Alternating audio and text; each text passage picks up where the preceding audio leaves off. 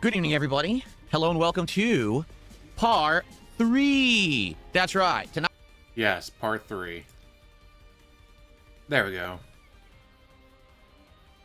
Share out to Poker Faces, tweet out to Wazo.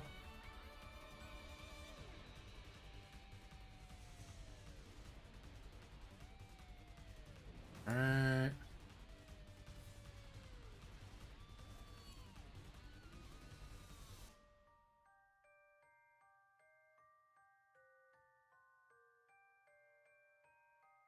Okay, so that's shared out, set to live chat.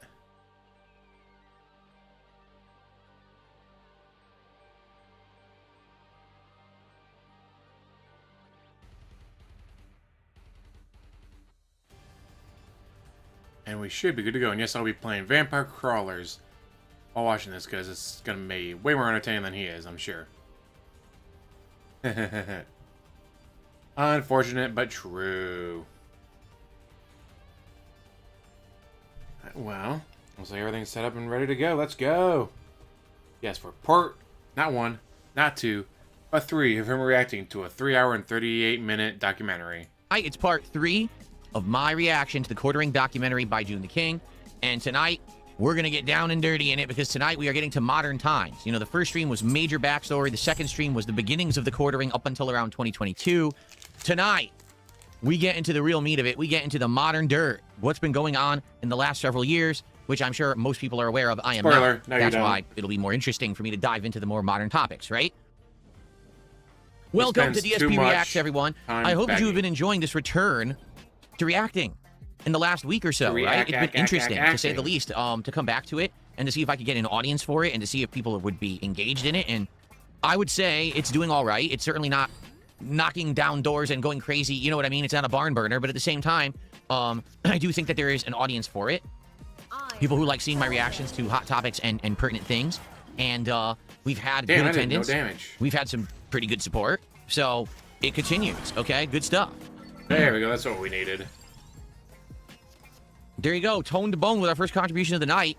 He's doing a blatant advertisement in chat. I'm not going to read that out, but thanks for $2, Toned Bone. Thanks for our first super chat of the night. I appreciate that. We'll look at that by Tone Bone Stream, now on Spotify. Okay.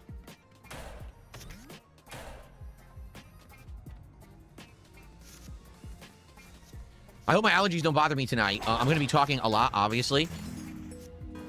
And because of that, hopefully I'm not having issues. Earlier today, pollen counts were sky high. And I did not take a pill today, an allergy pill. I should have. Should have taken a Zyrtec, and I didn't. But hopefully it won't affect us tonight. Dumbass. Toned Bone with the second super chat. Thank you, Toned Bone. I'm a single, Cavzilla. Love you, bro. What the fuck? Good evening, Rebel Yeller. How are you? Triple A asks, how's the Steam controller? Well, I used it on a game earlier today that, quite frankly, didn't really utilize it much. You know, I'm playing this new narrative-based horror game, Directive 8020 from Supermassive Games. It's a pick-your-own adventure game. Was I using the touchpad? Just a little bit, not much. The game doesn't really utilize it. And there's not much to do besides just walk around and click things. So because of that, I can't really tell you, hey, it controls well or anything. I think tomorrow, when I play Mouse PI for Hire, that will definitely be a better test to the controller. And actually, the big test will be Friday. I'm going to be playing old school fighting games for my Friday Night Fight stream. Why are you not using a fight stick? Why would you use that for that? And stuff with it. Like if I can do short Yukins and spinning pile drivers and charge moves with the touchpad, then it's got to be good. So we'll have to see then. How's everyone tonight? I know it's early. We have about 20 or so minutes to kill and hopefully build up attendance before we begin with Part 3 of the react. I've got everything already ready here and ready to go. Here it is. Here's the video right where we had left off. But obviously, we're going to hang out for a bit, see what you guys want to chat about, and try to build up some attendance before that. What's up, Willow? Good evening. How you doing, man? Do a roll call? I mean, we have very low attendance right now, to be honest with you.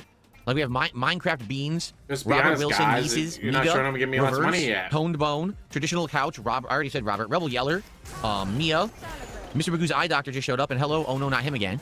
Michael's here, too. On the kick side, we got Willow, Pollux, Aloof Liberty, Spoons, and Eddie Chill, and maybe one or two others, but not a ton. You know, that's why we're trying to build up attendance here, hopefully. The thing is, last time, we started slow, and then, boom, all of a sudden attendance, like, got better over the stream, so hopefully that'll continue. Yeah, not many people got banned earlier on Kick. It was a lot of timeouts and not many bans. Only, like, maybe 5 people got banned on Kick who were just idiots. It's probably closer to 20. DSP #1 fan. The $2 super chat says, do you worry about earthquakes in Washington? No, I don't. It may happen someday, but I'm not too worried about it. Thanks for $2.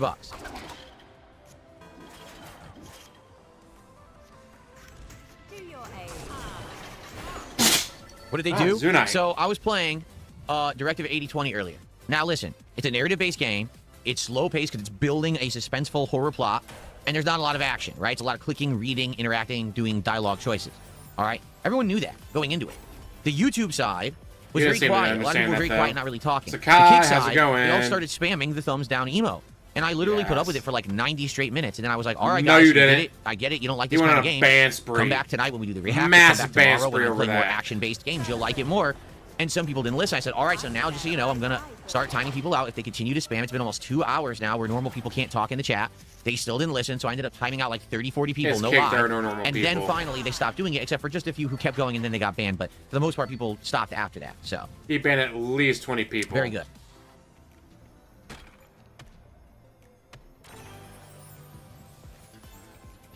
How's it going, everybody? Are we ready for him to take another about, I think... You're an uncle? Well, good for you, Resident Evil. I don't know why you're 15 telling more me that, minutes but for him. good for you. Mises, thank you for a $2 about another 15 more super minutes chat. before he actually starts with the gameplay. I appreciate that. Oh, so I don't know if they're going to be here tonight or not. They probably, I would assume they're not going to. Frank's Gym actually gave a very generous $30 tip at the end of the first stream, but he did it as the stream was going offline, so I couldn't count it towards the stream. But I want to say thank you to Frank's Gym. I don't know if he'll see this, but I will give him a special thank you the next time I see him in chat, because that was very nice. Not a thumbs down, guys. Not a thumbs down. Help! The stream was already going offline. offline. Not be looking at chat and seeing nothing but thumbs down. The Ellipsian program did a $2 super chat and says, do you have the endurance to lie with 9 partners a week? I lie to a lot more than 9 people a week. I don't know what you're talking about. I mean, like, verbally lie. Just tell very big lies all the time in front of hundreds and thousands of people. Didn't you know that? Finally tells the truth, and he's being a jackass about it. Womp womp. Thank you for $2.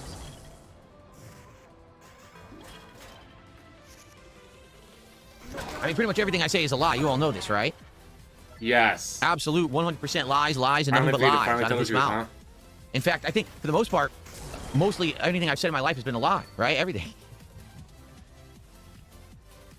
You're better off asking, what things have you said truthfully? Then I could maybe narrow it down, okay?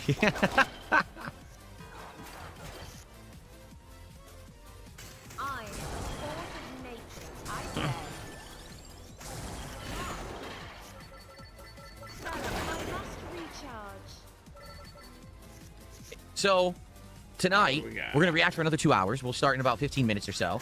And by the end of tonight, if we stay on pace for how much we've been moving, I'll make more money. Likely there will be enough for one more stream.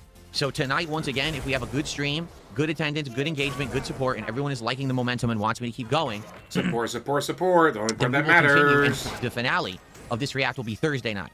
Okay? So let's see how it goes tonight. Let's see. Again, it's been good. In fact, to be honest with you, the second stream that we did better than the first. So maybe we just needed to build some momentum or something. I don't know. But the second stream we did a couple nights ago actually did better than the first one last week. So let's see how it does tonight without attendance, engagement, and support. Okay? Yes, I did hear that Harada is starting a new studio with SNK. I don't know what they're going to do, because SNK already makes fighting games, so I can't imagine what they're going to be doing over there. New fighting game? Tone Bone, thanks for another super chat. I appreciate that. Another $2. He ain't going to do shit for you, Tone Bone.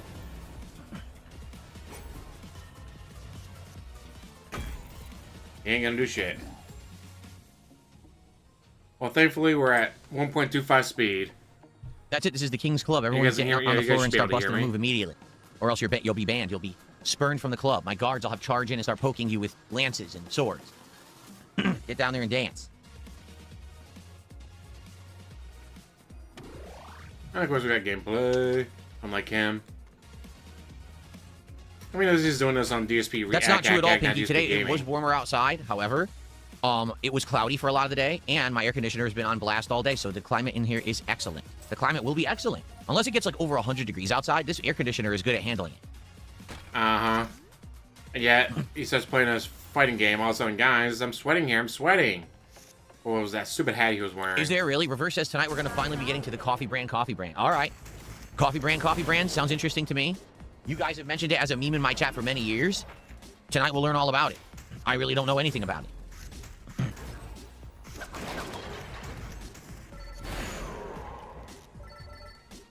God, amazing reacting content. This is why he's now done 3 React videos. Job being taken by AI? Absolutely not. There is only one DSP. It has no one could ever replicate. Still another like half hour to 45 minutes to go in of the documentary. Absolute positive. Ad-libs, you fill in the final word. There you go. DSP #1 fan did a $2 super chat says, if you were a cat, would you befriend Jasper Kitty? Yes. Or no. Actually, to be truthful, probably not. Reason being, like I said, Jasper is the kind of cat or creature, if you want to call him animal, he does not like other animals. He actually legit doesn't like them. If he sees one, he freaks out. So, he probably wouldn't like to be befriended by another cat. You know what I'm saying? And Mises just did a $2 super chat says, can we get Coffee Brand Coffee on DSP Tries It? It's funny because people asked me about that in the past, and I was like, how would that be a good DSP Tries It? I'm just tasting a cup of coffee. There's not much to it. You should have done that. Right? There's not much to show off or anything.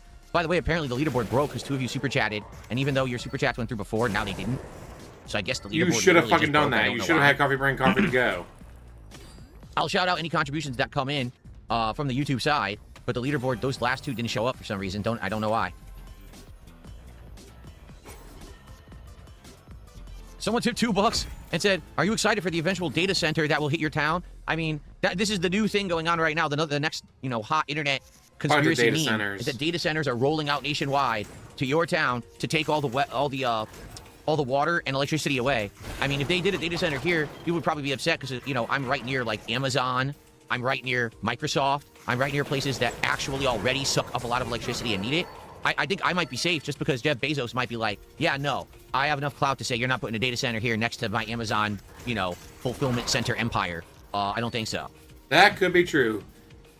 So I don't know. Might be able to save him. Thanks for $2, anonymous tipper.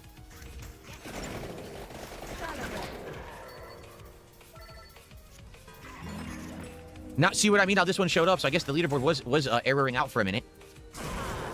Oh, no, not him again with the $2 super chat says, I finally saw MK2 and I wasn't disappointed at all. I'm glad to hear that. I'm actually hearing good things about it. It seems like people actually like the Mortal Kombat 2 movie, saying that it is very much like a video game, and it's very entertaining in that regard. Like, it's meant to be taken that way, and it's done well. So I'm actually interested in seeing it now. When it is available for, on-demand viewing, I'll probably rent it. Flatman B, how are you tonight? Thank you for $2. And he said, what's up, everyone? Jesus bless you. He says he'll be right back. Thank you, Flatman, for 2. Appreciate you guys' early support of the React. Thank you, thank you. Got about roughly 10 more minutes. We'll build up more attendance before we begin. And then we'll react for about 2 hours. Gotta beg for that attendance.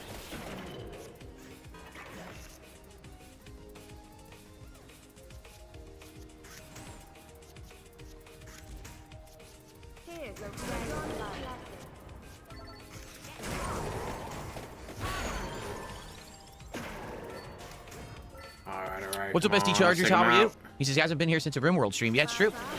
We took a break from RimWorld. We're going to go back to it later this year. I'm sure we will. Uh-huh. If someone decides to give you money behind the scenes. Bowling Green lost 15-5. They were 3-0, and then it all went to hell. Let's see. Alright, 3-0. Alright, we got this. They Toledo scored 6 runs in 1 inning. It would take a lot to get me to go back to a movie theater at this point. Like, it would have to be a movie that's confirmed to be great, that I know I'm going to like. I don't know. Like, I just don't see the point when I can easily watch a movie at home with great visuals, decent sound, and I pay, $2 to do it rather than having to actually go physically to the theater and pay insane amounts of money. Exactly. You don't have to leave the house, guys. Idiots, not being quiet and not paying attention to the movie and ruining the experience that you just paid a bunch of money for. I just don't see the point. You know what I mean? I really don't. I don't see why I would want to go to the theater. Unless it's a giant blockbuster movie I actually want to see, and there hasn't been one in quite some time. You didn't even go to the theater to go watch, Katarina, thank you for $8 super chat. I appreciate that. Endgame or anything, so shut the fuck up. If it's not WWE Champions, you want nothing to do with it. Piece of shit.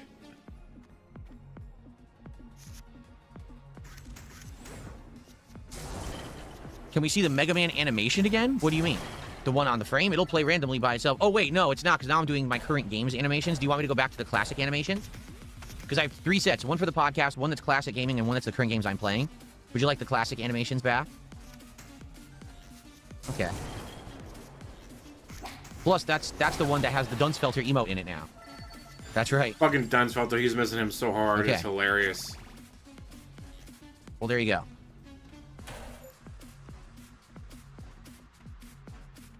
How come when other mods disappear, you don't put What's out the last movie I watched? Well, Mozzie, you asked to get your answer. Exit 8. I just watched the Exit 8 movie, and if you remember, we played Exit 8 back, what was it, in the fall? And they made a movie of it, and the movie is very good. The movie is very entertaining. I actually really liked it, and the thing is, I don't really want to spoil it, because it's different from the game, but the same as well. Basically, they took the idea of the game and completely expanded upon it without ever ruining the game, and I think that the Exit 8 movie is incredibly well done and entertaining. I really liked it.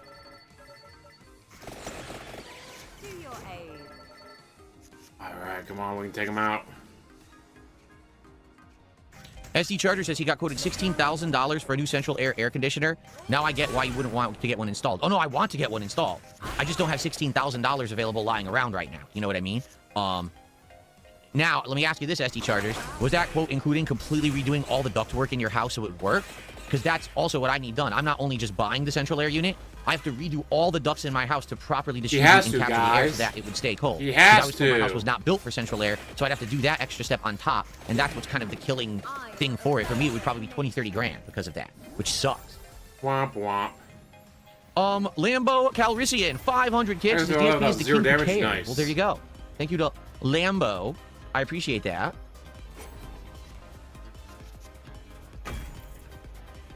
Thanks for 500 kicks. That's $5 of support tonight. Thank you, thank you. I also have received a $5 tip. Oh, okay. Someone is saying that someone is a troll and get rid of them. You got it. Thank you for the anonymous $5 tip. Here you go. Thank you for that. I appreciate it. And thanks for the heads up. Suki also just did 100 kicks. Thank you to Suki. Trolls. Come on, man. Someone might be a troll, so I had to ban them. And then Suki with the 100 kicks. Thank you guys for that. Thank you, thank you.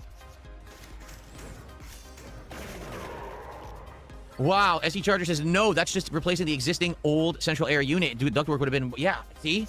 Crazy, huh? It's very expensive. So, something that I might eventually do. But the thing is, too, you have to understand how significant that work would be. That would put me out. Like, they'd have to be digging in my walls, so I can't work. Like, the days that they would be doing that, I literally You mean play video games? So that's another consideration, too, you know? Stepdad, thank you so much for our first gifted sub of the night. Let's get that on the leaderboard. Thank you so much, Stepdad. Guys, we want to be able to play video games for a couple days. Very much appreciated. Roy, you are welcome. It's yeah, there. They have financing He's plans. putting the fan art up on the waiting screen. Just about every single company in the world now. Thank you for it. I appreciate it. Thank you for telling me. Financing plans, because they know shit costs money. I hadn't gotten it. Not everyone and has also, that money. I didn't even know that people had been sending me messages on X for the last month. Because X changed the way that messages are sorted. Let's say, oh, so you I need saw to replace no your actual transmission. DMs on X for a month. All right, well, put it on the Sunbelt Here I am plan. thinking, oh, I guess, nothing's going on. No, I have a million X DMs that I've never looked at. No, 6 so I guess months, I'll have to same go through as those cash. at some point later this week, because obviously I'm not going to have time now, but that's pretty crazy. They're definitely much better than they are in Washington. Oh, really? That's what you're saying. You It know? would be a fast job. The ductwork, too, though? See, that's why I would be worried about the ductwork. They'd have to rip all the old ducts out of my walls, get in the walls, put in new ducts, then install the AC, then test it, you know? Sewer Rat, how are you? Look at that dancing Sewer Rat over on Kick. How you doing, man? Nice rat jam. Rebel Yeller says there's more LTG Sora slop. Would I react to it? Here's what I want to do. Let's get through this react today, and if it goes well tonight, we'll finish it Thursday night. Money. When that ends, we can decide. Is this something you guys are enjoying? Is there projects you want to see me react to? I'm sure there's tons of crap out there. We used to do this regularly. I used to do a major show of this once a week, and we canceled the show when the interest was gone.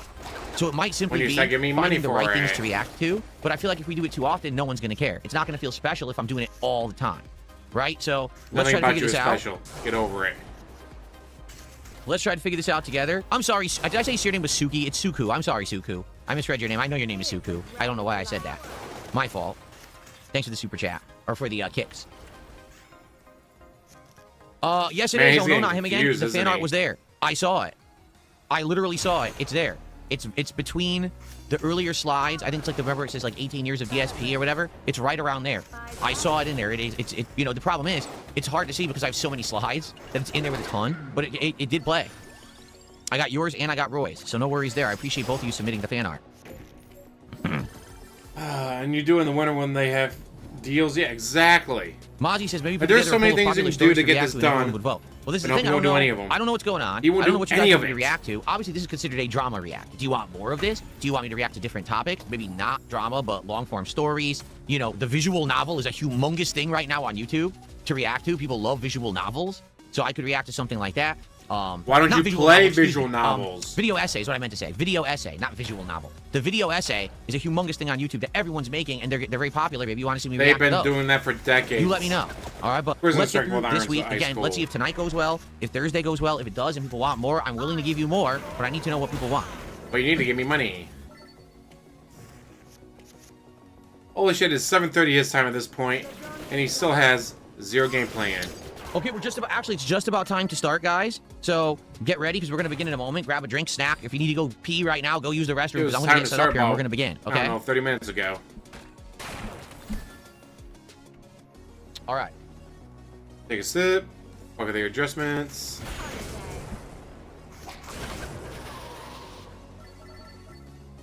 How did I get so many mana already? Sheesh. Here we go.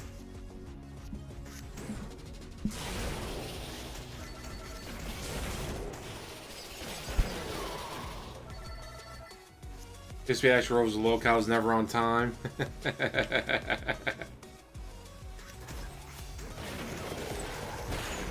Okay.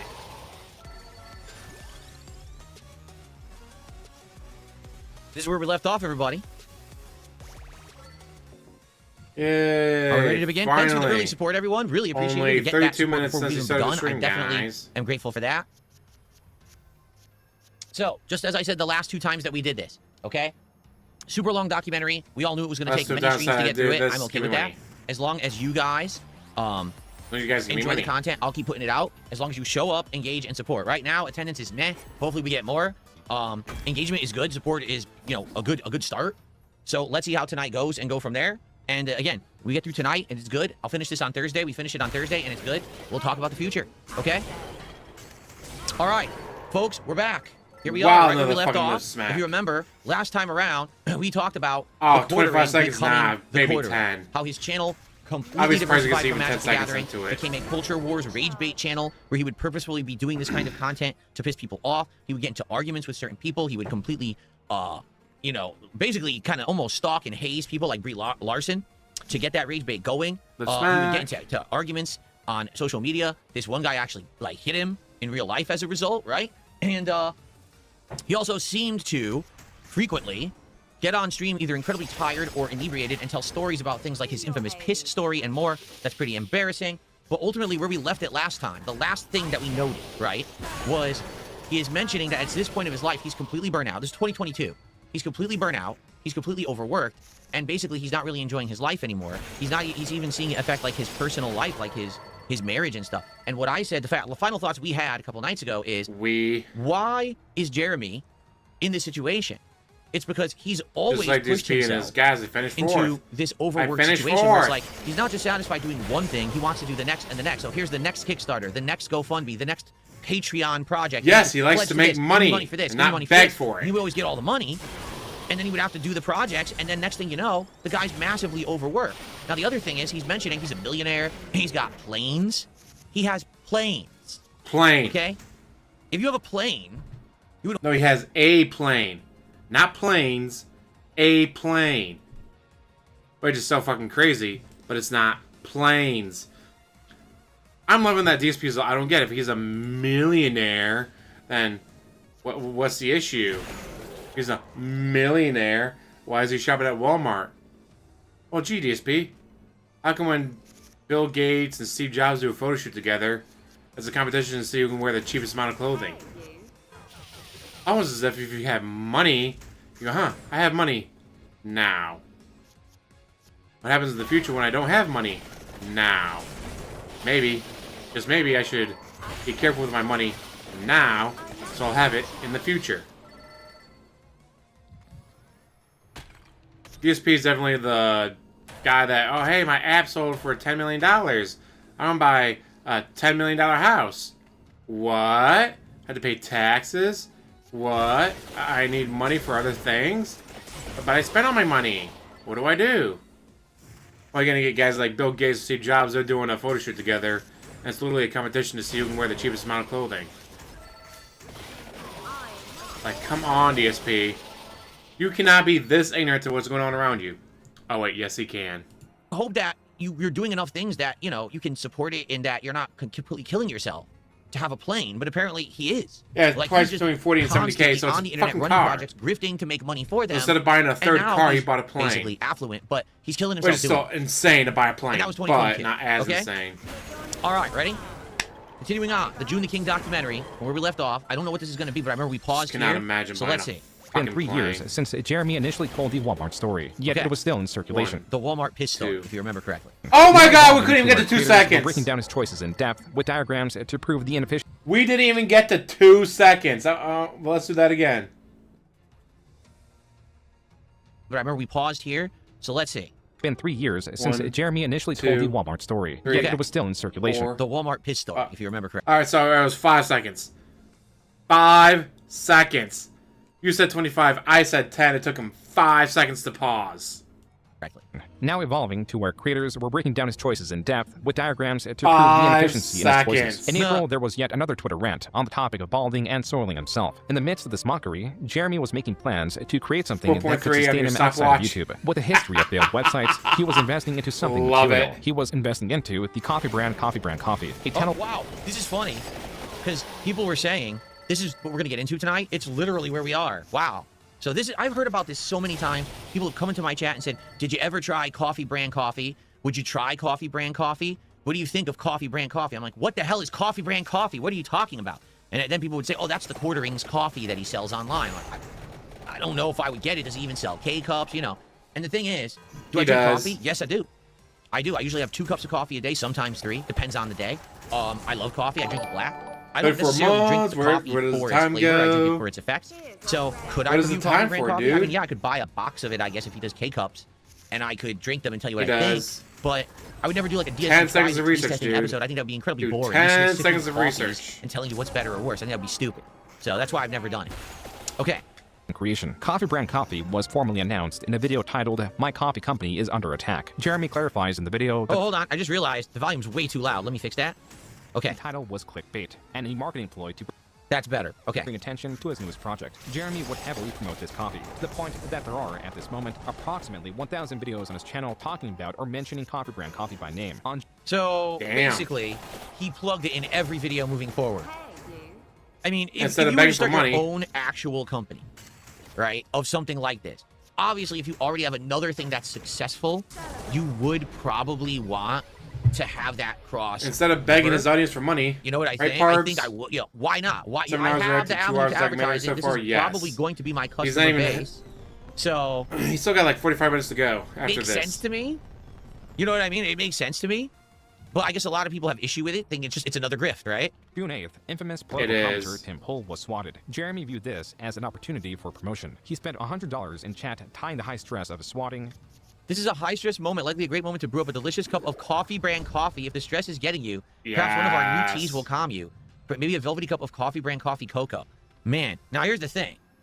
What a double-edged thing this is, right? You're getting swatted, all right? Now, when I got swatted in 2015, it was scary because at that point, hopefully they can block it, man. They're building them everywhere. Understand what a swatting was. Building. Luckily, when I moved here in 2014, I called my local police department to let them know this could possibly happen, and then a year later, it did.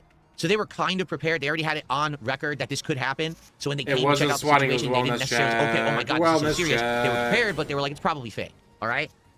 Other people have been swatted since, obviously, in the last 11 years. It's become a more common thing. It shouldn't be. It's heinous. Someone is literally trying to hurt you because there is a chance that law enforcement may accidentally think something's going on and actually take action. And now that's heinous for them, for you, for everyone involved. It should never happen. This is not a prank. It's not a joke, okay? So imagine you're being swatted. Now, you got to take the situation utterly seriously. This is not a joke. You weren't swatted. And while you're being swatted and evacuating your recording space, someone sends you $100 and is advertising their product on your stream. Now, on the one hand, you could say, that's incredibly heinous. Like that one guy was advertising a song. Everyone's now going to tune into Tim Pool's stream to see this guy get swatted because it's happening live. So this is insane advertisement right now. But you could also argue, well, he sent him $100. So basically, he paid for the ad read. He paid for the product placement. But here's the problem. I think he didn't ask for it. He didn't check with Tim Pool and be like, hey, Is it okay if I send you $100 and I advertise my coffee with you? Because maybe Tim Pool doesn't like advertisement on his streams. I don't want anyone advertising. And they call me yesterday. They call me the 220 Rise of the 220 Gang. It's against my rules. It always has been. I don't care if you pay me. I'm not going to do it anyway. Okay? So in this case, this is kind of messed up because you could say he's taking advantage of a serious situation that could be really bad for the person involved to advertise his product. And his justification is probably, well, I paid him. Yeah, but he didn't say it was okay. And you're taking advantage of a heinous situation, right? Like, now, because you know what's going to happen. Yeah, it's all about me, guys. Because the porter and swatted guy, now people sat on there, everyone sees it, tens of thousands of people that normally wouldn't have seen it, right? It's dumb. It's guys, this is like the time that I told Panda Lee to go make me dinner even though she was sick. Jeremy was also swatted later that night. As for the donation... Now, why do you think he was swatted later that night? On Twitter, Pimp Master Yoda 1 made a comment in jest, asking if Jeremy gave the officers free coffee. Jeremy was none too pleased, citing the aggression and lack of critical thinking of the police officer. So wait, listen to this. No, here's why. I supposedly murdered my wife. The cops were sitting in my driveway when dispatch called me. My fucking wife answered the phone. They should have stood down at that moment, not handcuffed me and make me lay in the wet grass and scared the shit out of my wife. That, I mean, here's the truth. I wonder if this is the first time he's ever been swatted, which maybe it is. Did he warn his local law enforcement that something like this was becoming more rampant on the internet and it could happen? At the moment I moved out here to Washington State in 2014, I called my local PD and I told them, I'm a streamer. This is starting to happen more increasingly. I think it may happen to me. I want you to know this is going to be likely. Why were you so worried about that? Oh, because you're a piece of shit. And then when they got the call, yes, they came in with all the people in the SWAT team, but they actually kind of expected it to be fake. To talk about it even and they were more. careful, but they treated it as such. They didn't cuff me. They didn't throw me to the ground or anything like that. Because they just asked it was a myself and wellness my check. ex to leave, and they just stood next to us in the street, checked the house, said, okay, it's all nonsense, and they just rolled out and left. It wasn't even like it was a 5-minute conversation with them about, okay, do you know anyone who would have done this? Because it was a wellness check. Okay, that's all we can do. Bye. And that was it. That'd be something like, this guy doesn't want us showing up. This, to me, sounds like his local PD had no idea this kind of thing ever happened. They didn't, you know what I'm saying? This was, what, 2022? At this point, 7 years removed from mine, and it was way more common. I'm just going to say this. Anyone out there who is an internet live streamer who gets any kind of notoriety or any kind of infamy, if you get into internet feuds with people or people don't like you, do yourself and your local PD the favor, call them and say, listen, I'm not trying to start any problems, but I want to let you know I'm tell them to be very suspicious of what you're up to. People just happen to funnel across the country. I just want to let you know, likely if someone calls it fake, that way you got the heads up. That way they don't come full steam ahead, knocking down doors, breaking knees, thinking that they're trying to save someone's life. Made the police even more suspicious. Okay? Sounds like he didn't do that, and that's why this happened. Or maybe it was an overzealous cop. We don't know. Okay. As for the coffee brand Coffee, Jeremy wanted something uncomplicated, which is why he named the coffee brand Coffee. Coffee brand coffee was being sold as apolitical, though he constantly... So here's the truth. When you name something Holy to be fuck. so... Like, I understand when you call Not it even coffee 3 brand seconds. Coffee, it's two things. Number one, it's quick to abbreviate, right? CBC, Coffee brand coffee. It's hard to forget. Coffee brand coffee. It catches. It's you know. But the problem with the name, even though it could be seen as a joke and people will remember it, actually it's the opposite. It's too generic. It's way too generic. Coffee brand coffee. People are gonna think like, what is that brand? It's a real brand? I don't even know. You know what I'm saying? That's like soda brand soda. Yeah. Toothpaste brand toothpaste.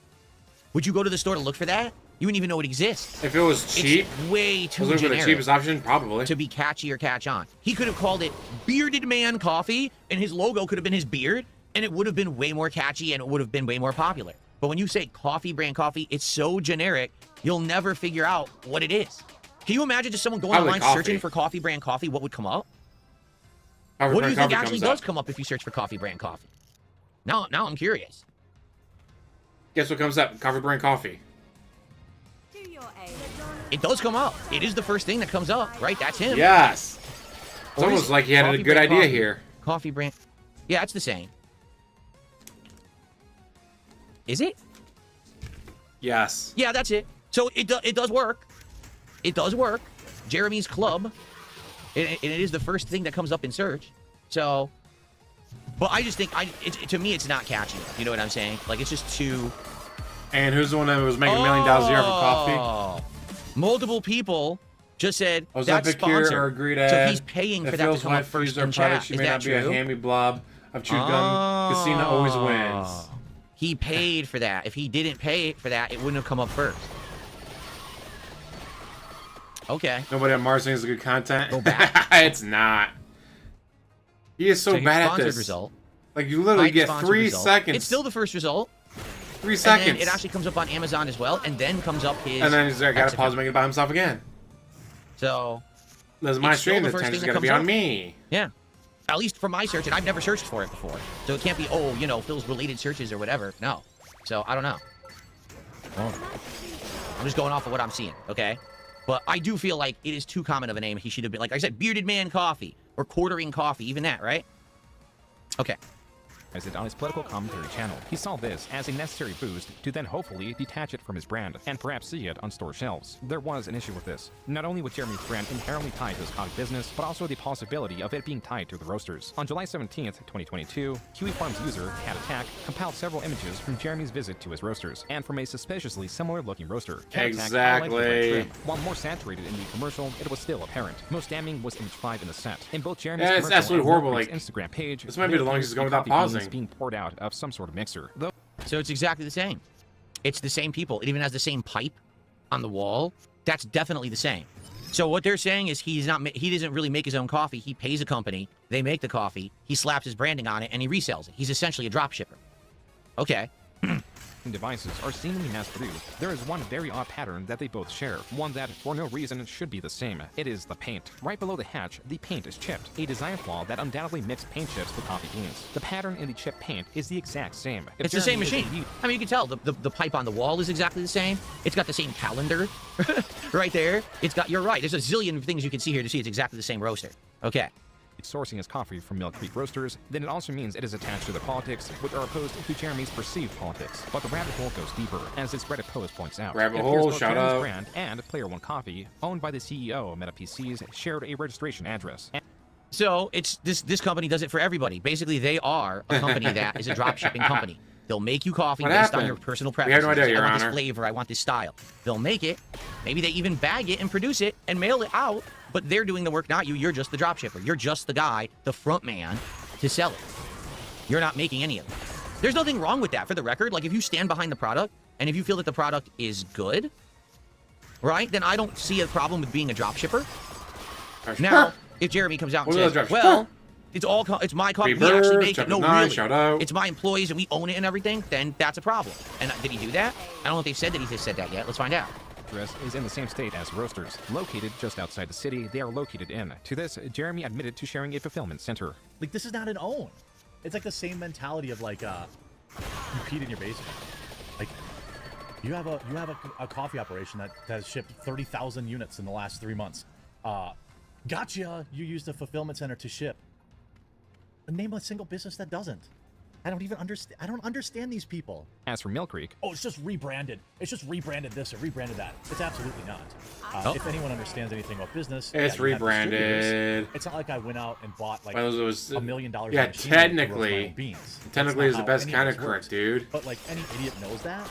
And like these clowns, there's like 15 clowns, and then now Rick, who are like, ooh, exposed. A facility that does fulfillment for him occasionally on a certain roast is associated with him, and ooh, we got him. It's like they'd handle one tiny part of the business, but because they hate me, they've been harassing them, calling them, emailing them, and it's really pathetic. And this was hardly the last controversy attached to Jeremy's coffee. In August of 2022, Jeremy promoted his coffee by placing money in random orders.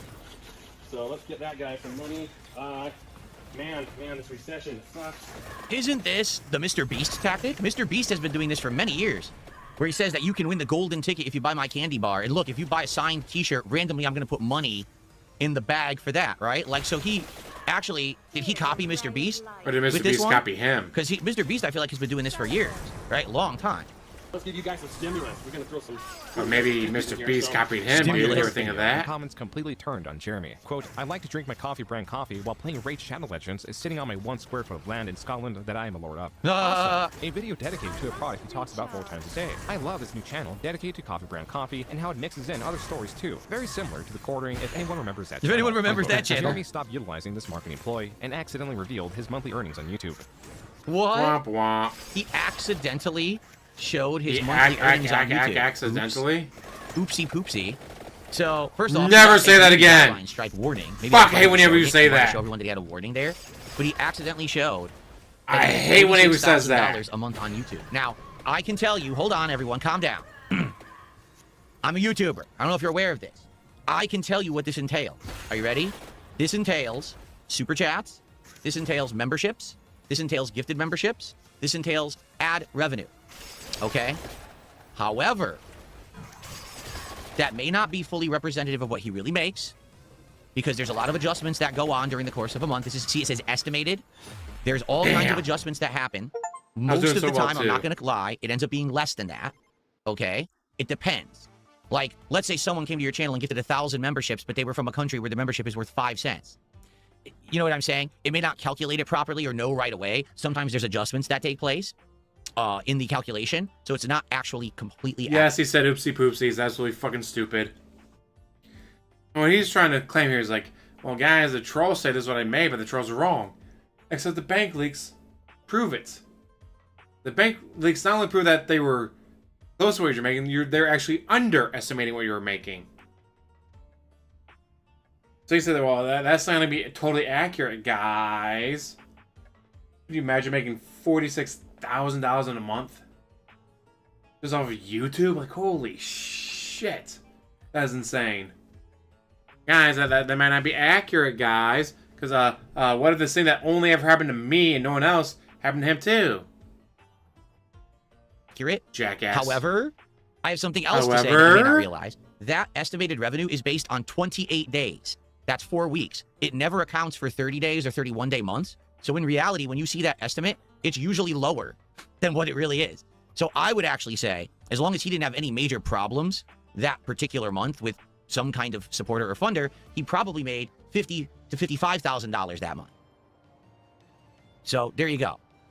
He's making insane bank just alone on the YouTube channel. That's, of course, not including, likely, any kind of tips he receives outside of the YouTube system. That's not including any of his other businesses, his crowdfundings, nothing. That's just what he's making solely on that one YouTube channel in a month. Yes, it's insane. We know you're just totally jealous of it. By the way, you just have to pay taxes on it. That is before taxes. So remember, federal government's going to take a lot of that away. Taxes you refuse to pay? To August 22nd, Jeremy earned $46,000 solely from his YouTube channel. Not included is profit from donations on live streams or revenue from sponsors. Even on the day of this leak, Jeremy was not swayed from promoting his subscribe star or coffee, using video as a motivator. My bone. People into like he wants to think Jeremy was not making that much money because you know it hurts. It just needs to hurts to see him make more money than he does. Because stuff like this, if it can happen to Joe Rogan, it's certainly happening to the rest of us little guys and gals. Suku, thank you for 50 kicks. I appreciate that. And by the way, I like how he said us little guys and gals when he's already stated he's a millionaire, he owns multiple planes, and he revealed he makes around 50K a month on his YouTube channel. He did not say multiple planes. He said a plane. From his previous he bought his wife a plane, not multiple planes, you jackass. Compared to the hundreds of thousands his videos typically get, this video only received 8,000 views, and Jeremy was petitioning more and more for donations. Even in October, he was directing his viewers to yet another alternative subscription platform, fear-mongering with a potential ban. Just as was with the dip in views, or nearly every other threat against him, this was no different. There was no ban, no dip in viewership. His channel was not under attack, but something was off. Never has been, never will be. Was on the precipice of another breakdown, potentially sourced from this channel. In March of 2021. All right, so I guess what they're getting at here is, as we've seen over the course of this documentary, he constantly says, "Oh no, I'm under attack. Someone's threatening me. I might lose this. I might lose that. I'm losing viewership." Just like you. He hasn't lost any subs. He hasn't been kicked off any platform. Fuck, just like you. None of that ever happened. He would just continuously warn people that it would happen, so then they would go and support him again and again and again in other new ventures and things, just so he could get even more money. Just but it wouldn't. The original thing that he claimed was going to happen never happened. Okay. Let's continue then. Trillium was doxxed and deleted her small channel, but made a new one. She contacted Jeremy, and Jeremy, as a target of doxing, supported her. She made a video thanking him, and so on. However, Jeremy specifically notes a channel that she admits she uses to overcome a bit of her social anxiety issues. She admits that she, lives basically in kind of her own personal bubble. She makes videos about seeds and video games. Aside from gardening, Jeremy has described himself as all of these things. In a follow-up video that opens with hearts, Jeremy and they also describe DSP. Screen, Trillian expresses her gratitude towards Jeremy and his viewers for growing her new channel. This then leads to Jeremy admitting to watching nearly all of her videos and offers his assistance in case she ever wanted to stream. And Trillium, I'll be keeping an eye on you. You can always email me.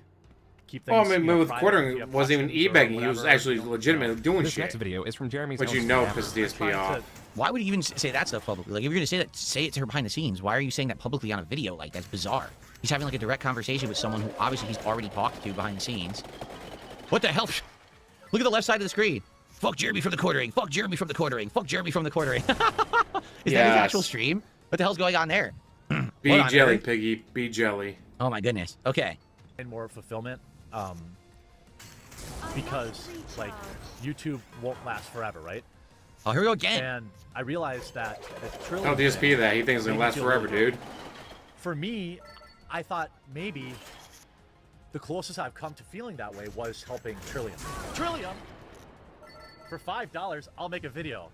Well, look, I don't want to put any pressure on you, all right? But I just want to say that it ruined my day when I didn't have a new video from you today. I'm just kidding.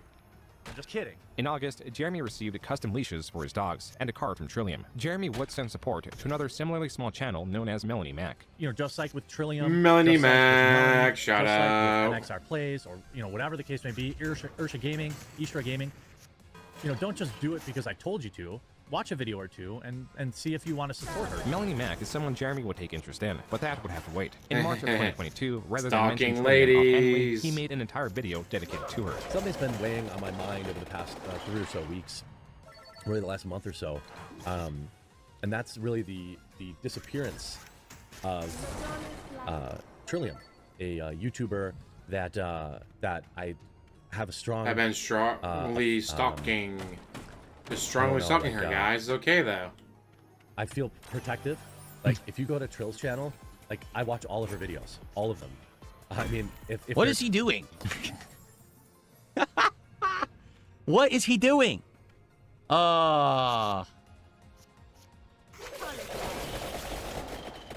Exactly. You guys are saying it, not me. You guys are saying it, not me. What is he doing? Like... Red on here, then that means I watch them on a different account. Okay, this is an important part of my day. There used to be daily or every other day videos, but now I feel like what is he doing on her because he's stalking. Just say it. She's gonna be how she's say that he's stalking, just like you would stalk Pandali. It's just her content is important to me, her success is important to me, and her safety and happiness are important to me. And she had disappeared for about, I don't know, a month or something like that. Came back and kind of let everyone know that, hey, you know, my mom isn't doing well. But they had seemed like they had got together a plan. Kind of 1 week went by, 2 weeks went by. I sent her an email, gave her my number. I was like, hey, if you need anything, you know, you need us to crowdfund something or whatever. People think this job is easy, and maybe it is, but it is easy. Requires you be plugged in like 24/7. We were literally just reading in the middle of the night, news articles the other day. There's some, you know, some big thing happening. Very poorly. And then I'd watch her videos. About like taking yucca leaves and making just twine out of them, and they're an important grounding factor for me. Trillium did return in June, stating that her mother's illness was a reason for her absence, which is when Jeremy released this video. He's gonna do another video. Oh my. Okay. Oh my god. I wish that these arcs were timestamped, because like literally I only have one thing to say about this arc. You're married. You are married. You're not supposed to acknowledge any other woman's existence. This is absolutely, positively bizarre behavior for someone who is supposedly happily married. I'm sorry. It just is. Okay? You're not supposed to acknowledge women exist. It's okay to be friends with people. Totally it is. It's okay to be friends with people. All right? But not women. It's not okay as a big creator with a ginormous audience to be publicly like, what's the word here? He's basically like, completely glazing her, saying things about her content. Oh, I rely on this content, right? He's like, he's booming, talking about her, right? Like, what are you doing? You know what I mean? And even if maybe this is all true, and maybe for some reason her content has resonated with him, that's fine. Can't watch that's the something for your private information, right? That is not something to be talking about publicly to your audience. What is the purpose of this video? Does his audience care about this? Why do they? I thought that he's a drama. Does your audience care about this? You know, culture wars creator. What is this video? Seriously, it's so bizarre. But it's very odd, and here's why I say it. It feels to me like this is, you know, this is the kind of stuff you talk about with your significant other, right? It is. This is the kind of stuff that you share with your best friend. My wife when she's not busy yelling at me. With the internet. Telling me to shut right? the fuck up. And it's weird because if you remember, last React stream, he was saying things like, last I feel like I'm kind of alone. I feel like I'm isolated. Why? You're married. I'm very confused, all right? People, for those who don't know, people give me a bunch of criticisms too.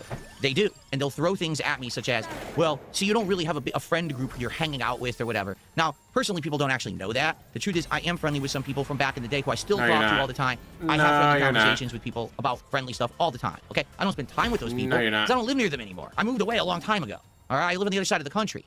My work-life balance is getting better. I'm getting to spend more time with my wife, and she's the #1 person, if I could spend more time with, that I would spend more time with, okay? Yeah, 100%. I promise you that. I want to spend more time with her. Right now, we're trying to spend time redoing the house so we can have other areas to do fun stuff together and things like that, okay? You have a bedroom, a living room, your second quiet room now. In this video, what more fucking rooms do you need? Audience. As if his public audience is his close personal friend group, right? Like, talking about another creator like this would be something you would do to, like, your best friend. You say, hey, this creator really resonated with me, and I love watching all their videos, and it does something to me, makes me feel good every day when I watch her content and stuff. But why would you talk about this to your audience who's supposed to be, watching you for Culture Wars content, all this? It's bizarre behavior. So #1, it seems like he doesn't really have anyone who he talks to about this stuff. If anyone, it should be his wife that he's talking to about this stuff. Why not? His wife? That is so weird to me. That is a bizarre disconnect. Okay, and also he's publicly in his content. Okay, how does his wife not know about it? Like, listen, my wife doesn't actually know every day what I'm doing on stream. She'll ask me, hey, what game are you playing today or whatever. Sometimes she'll watch my stream. Sometimes if she's interested in a game, she'll watch my streams. She can hear me. Like right now, if she was upstairs in the house, she would hear every word coming out of my mouth right now. You know what I'm saying? Like, she knows everything I'm doing on stream. You should not acknowledge another woman's existence. Never acknowledge another woman's existence. That was the word I was looking for. He's gushing, talking about Trillium, right? If I was gushing, talking about someone like this, my wife would be upset. She'd be like, what are you talking about? Why are you gushing about another woman? I'm right here! That's a reasonable reaction to a man who's married acting like this. It is. It's a reasonable reaction. I would expect that from her. If I were acting like this, I would expect that reaction of her to be like, what are you doing? So what's going on that he's making this public content? Why does your voice keep cracking like that when you talk about your wife? Like you're afraid. I'm really confused. And I kind of understand now what's going on. It's not just that this guy people don't was cheat. getting harassed Never. online. Not like that's how he met his wife or anything. Family member, this or that. It's that basically he has this weird behavior that's going on, and people are calling him out for it. And now what's going to happen is the conversation is going to turn towards his private life, because they're going to say, what's going on in your private life that you're gushing about other female creators online to your audience? What is happening? It is. That is, again, I told you guys, I wasn't going to sweep for the quartering watching this thing just because I don't like Kino Casino. That's weird. All right? We got a lot of... Funny, I start talking about this and we get a lot of shout-outs all at once, right? So, we've got... Flatman Bean did $2 super chat, and he says he divulged too much personal information. It's shameless. And Bandit Smith did $2 super chat, says, you're being insanely loud. Yes, that's a meme about my wife yelling at me when I was talking Reee. with Wings of Redemption one night in this very room, and I was being too loud and she came and yelled at me. Let's see here. Stepdad gifted a sub over on Kick. Thank you to Stepdad. I think that's your 3rd gifted sub of the night now. Or is it your 2nd? I think it's your 2nd. Thank you for that. And not Jeremy Hambley did 500 kicks and says, that's normal guy behavior, Phil. I think you need to touch grass before you become an SJW troll. I'm not trolling. I'm just telling you. This is I'm just telling you, not allowed to acknowledge women. I feel reasonable. You're you guys married, tell me if I'm not being reasonable. Women. I feel like it's a reasonable observation, right? The guy is supposed to be happily married, right? He has his content is supposed to be this political culture war rage bait style of content. That's what he's famous for on the internet. That's what people come to him for every day. Come on and destroy Brie Larson. Make fun of this SJW. That's what they want. All of a sudden, he's making these kind of videos about this particular person. It is odd. It does strike me as odd content. To really get in touch with you privately, and obviously not that I would expect that, but so as long as as you're on YouTube, I'm gonna keep it. I'll be keeping an eye video out just for dropped. Gotta go see what I'll be listening to tomorrow at work. Awesome. Checking in on you. Can't believe that's 17 because 1,000 viewers we were worried. live. Trillium would post sporadically, then disappear entirely in the upcoming months. This takes us back to Jeremy aggressively petitioning for more donations in late 2022. The absence of Trillium, or the multiple uploads a day with the addition of a new company, was stressing Jeremy. He was nearing... Yeah, because, I mean, here's the thing. Like, why do you think that happened? And again, as a creator, especially a creator who's polarizing, and a creator who has a hater base, like he does and I do, you got to be careful about what you say and do on the internet. So, for example, if there were a particular YouTube channel right now that I actually loved, I would never tell you. Because I know the moment that I say, man, I've been watching these videos from this person who makes, you know, video essays about this topic that means something to me, or I've caught this really well thought out, well executed video on YouTube. The moment that I said it, people are going to go harass them nonstop. Now, does that person deserve it? That just because you like their content, do they deserve harassment? Of course they don't. So if you're wise, you don't ever bring that kind of stuff up. You just keep it to yourself. And I know that when people say, oh, what's that YouTuber that you and your wife watch together? I would never tell you because I'm not ignorant. I'm not selfish. I'm not stupid. I don't need to make content out of that. So I'm not going to bring it up because I don't want them to get harassed. You just got to hide everything. So I guarantee you what happened was, so at first, this woman saw a surge of support from the internet for her little small-time video channel, right? But then the haters latched on, and now they're going to stalk her endlessly as a result of him making this content talking about her, right? They are. So, yeah, that's what happened. She probably said, I can't take this anymore. I just got to stop completely making any content or responding so I can be left alone. That's my guess anyway. Thank you, Vasil, 1313 super chat, and he says, the Tekkening? Tekkening? I don't know what that means, but thank you, Vasil, for a 1313 super chat. That's actually our biggest super chat of the night. Let's get that on the leaderboard.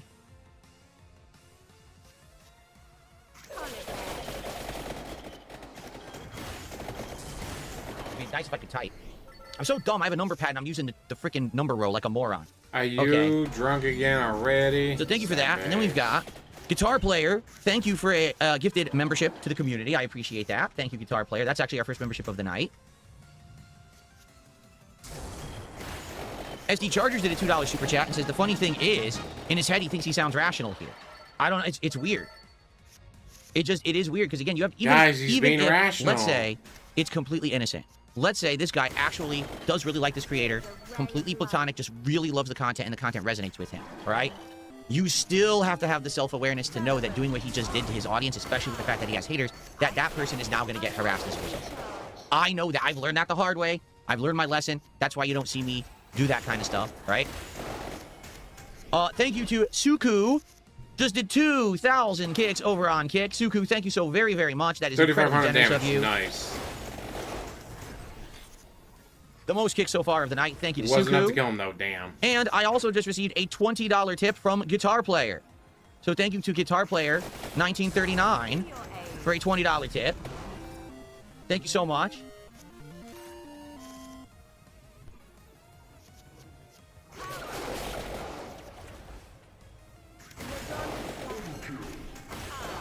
Now, the thing is, we're going through this document, all right? And I am trying to be fair, and I'm trying to be fair by pausing every 5 seconds. What I would hope, and we don't know, because I don't know yet, this is the first time I'm learning about any of this, is that maybe this is just the first time that Jeremy has gone through this kind of stuff, right? Maybe this is his first time experience. Oh, I talked about someone on the internet, now they got harassed as a result. Oh, shit, I shouldn't have done that, right? Maybe he'll learn. Will he learn? That's the question. Will he learn from this mistake? Is he learning? Breaking point on November 29th, 2022. This day, Elon Musk on Twitter made a post about free speech, which Jeremy replied to, requesting clarity, and asking for a 10-minute Zoom interview, mentioning his 1.4 million subscribers and his fight for free speech. Elon Musk declined by stating that he had been very specific. No, that's the...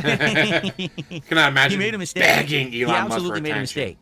If he actually wanted to talk to Elon Musk, he never should have mentioned anything about his size or anything on the internet. I'm serious. Because the moment, oh, I have 1.4 million subscribers that would love to know.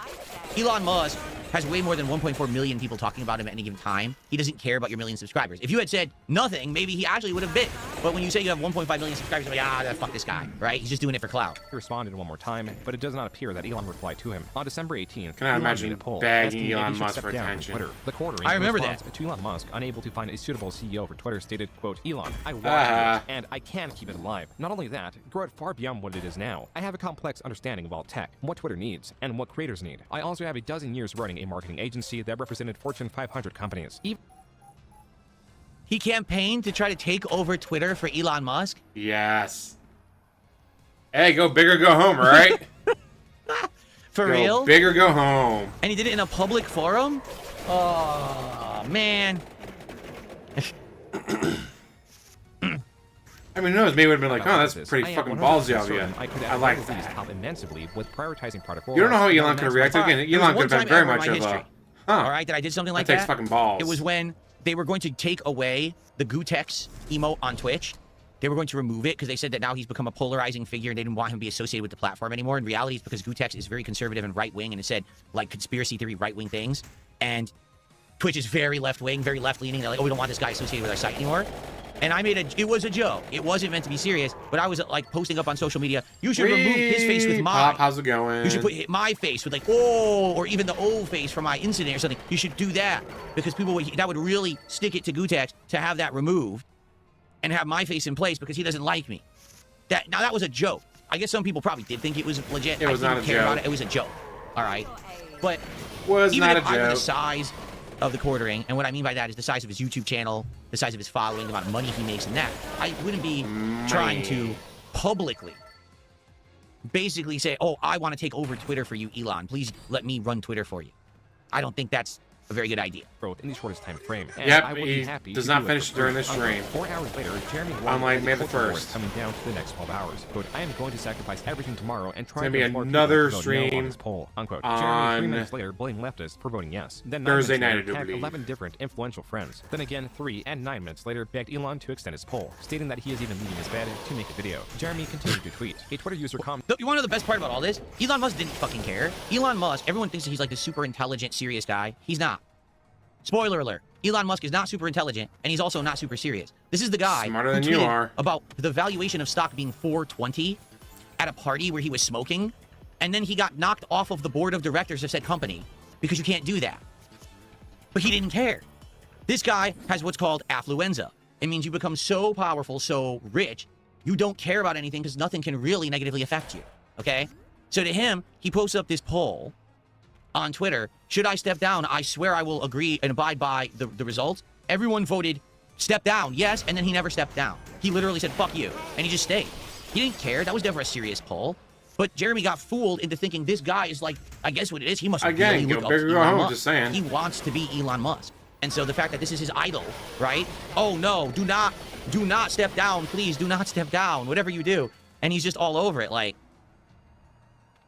no one else took it this seriously, I don't think. Like, I'm sure people covered it as a story, but he's going crazy on Twitter about it. Like, why? No, a tweet is not legally binding, right? It's not a legal document. It's not a contract that was drawn up. He's bullshitting. Just wondering how the world would respond if he were ever to say something like this. Who knows how he thought the world would respond? Maybe he actually thought the world would be like, oh no, Elon, stay in charge of Twitter. We love you so much. But in reality, it was the opposite. Everyone said, no, step down. We don't like you. But he's freaking out like it's serious. It's not serious. Not Jeremy Hambley did 500 kicks and says he would have been a great CEO for what X. if In my Elon opinion, Musk he has had over 2 agreed? million subscribers now. And Can you imagine if Elon Musk agreed? Well, there you go. Would have been one of the ballsiest plays I've ever seen. Hui. All right. You know what? I'm gonna be honest with everyone. I'm so happy. Like, you know what, quartering out like the games and kind of speaking your around with kid. my small audience every day. I'm so happy. I don't. Can you imagine me making crazy tweets and things to Elon Musk and shit in the middle of the night? Like what? I mean, like when you're tweeting people at 3 o'clock in the morning because you're I don't drunk have as big shit. aspirations to be some big shot. I don't want to run Twitter. I don't want to be a big political pundit that everyone knows. I don't want to run for office or be, you know what I'm saying? There's a lot of things you're not supposed to be doing, right, Tasia? Time to relax with my audience. That's it. But this is wild stuff. He actually literally thought that he was going to get Elon Musk's attention, right? How frustrated But again, Jeremy what was if it earlier, actually calling it fucking Jeremy's works? personal 9/11. Jeremy responded, quote, yes, Twitter is the public square. Losing freedom of speech Yes, in that square is it more is. important than 9/11. Does that make you feel uncomfortable? It makes me feel like shit to say it, but it's also true, unquote. Other creators, like Mr. Beast, were not as appreciative of Elon as Jeremy was, though he did try to change his mind. By the 10th tweet, Jeremy had released his video and tagged Elon Musk, asking if he could get just 3 minutes on the phone with him. I literally. You're not going to get 3 minutes on the phone with Elon Musk ever in any universe. But again, in any what if alternate it dimension worked? of the multiverse? I don't think that there's a dimension where Jeremy What Hamblin if gets a it conversation with worked? Elon Musk.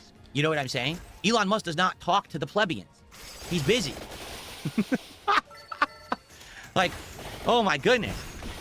To make this video, my most important video that That's the thing, though. What if it fucking worked? I've literally ever made on this channel. Jeremy in this video asked It's his about viewers him, to vote on 100%. Elon's poll, and if they didn't have an account, he requested they make one. Then he attempts to rally his contemporaries. I'm calling my fellow content creators: Sydney Watson, Count Dankman, Baron, Sargon of Akkad, Carl Benjamin. If they let God, this Sargon window of pass Akkad. without throwing their hat in the ring, without getting out of bed to fight for freedom of speech, Just the fact that Elon Musk posted it up like late, knowing that most people would never even see the tweet just proves that it wasn't anything he cared about, and he wasn't ever going to abide by it. He takes it so seriously. I will forever remember it. But if you don't get out of bed as a fellow content creator, if you don't wake up, fight for this, I don't ever want to hear your freaking opinion ever again about freedom of speech. I need you to remember this moment. And you to remember, give me money. Free speech content creators were in bed, okay? Why they weren't paying attention to the most important decision in free speech online history. Yeah, I mean, and people are saying it, he's either drunk, or he's incredibly tired, or maybe he's on some kind of medication. You don't know, and that's his own business. But he made the choice to get up and try to make this video at this time of day, whenever it is. And yeah, this is what it turns into. Have I ever been this drunk? Have I ever been this drunk in real life? Yes. Have I ever been this drunk and made content? Yes. Yes. I used to be up in the middle of the night drinking when Getting DLC content would all day, every games day. like Fallout, right? Fallout 3 or Fallout in Vegas DLC would hit at like 2 in the morning. And I'd be up drinking. And he'd be drunk as shit. shit. Stumbling drunk in to record Drunk my as playthrough of the new shit. Fallout DLC to be the first to get it on the internet. 100% I would make content like that, but it was drunken gaming. It wasn't rallying the political content creators to vote that Elon Musk should not step down from Twitter and saying that it's the most important thing ever in history. It was me dicking around with a video game. Like, I'm 40. I'm tired. I'm sweaty. I'm fat. I'm overweight. I'm not long for this planet. What? Twitter is. I'm not long for this planet. Dude, now you know he's on something because he's feeling down. He's like depressed. The public square. We must keep Elon in charge. Jeremy's video was not being well received, nor were his comments stating that Elon potentially stepping down is worse than 9/11. Creator Nicholas Diorio was one of many antagonizing Jeremy, enough so that Jeremy challenged him to every day he's awake. where Diorio He's gonna be referenced drunk Jeremy's as check shit. as evidence that he was already on a losing streak. After a long night of tweeting, Jeremy was going to bed, so I had a mental breakdown. Oh no! Oh no! Come on!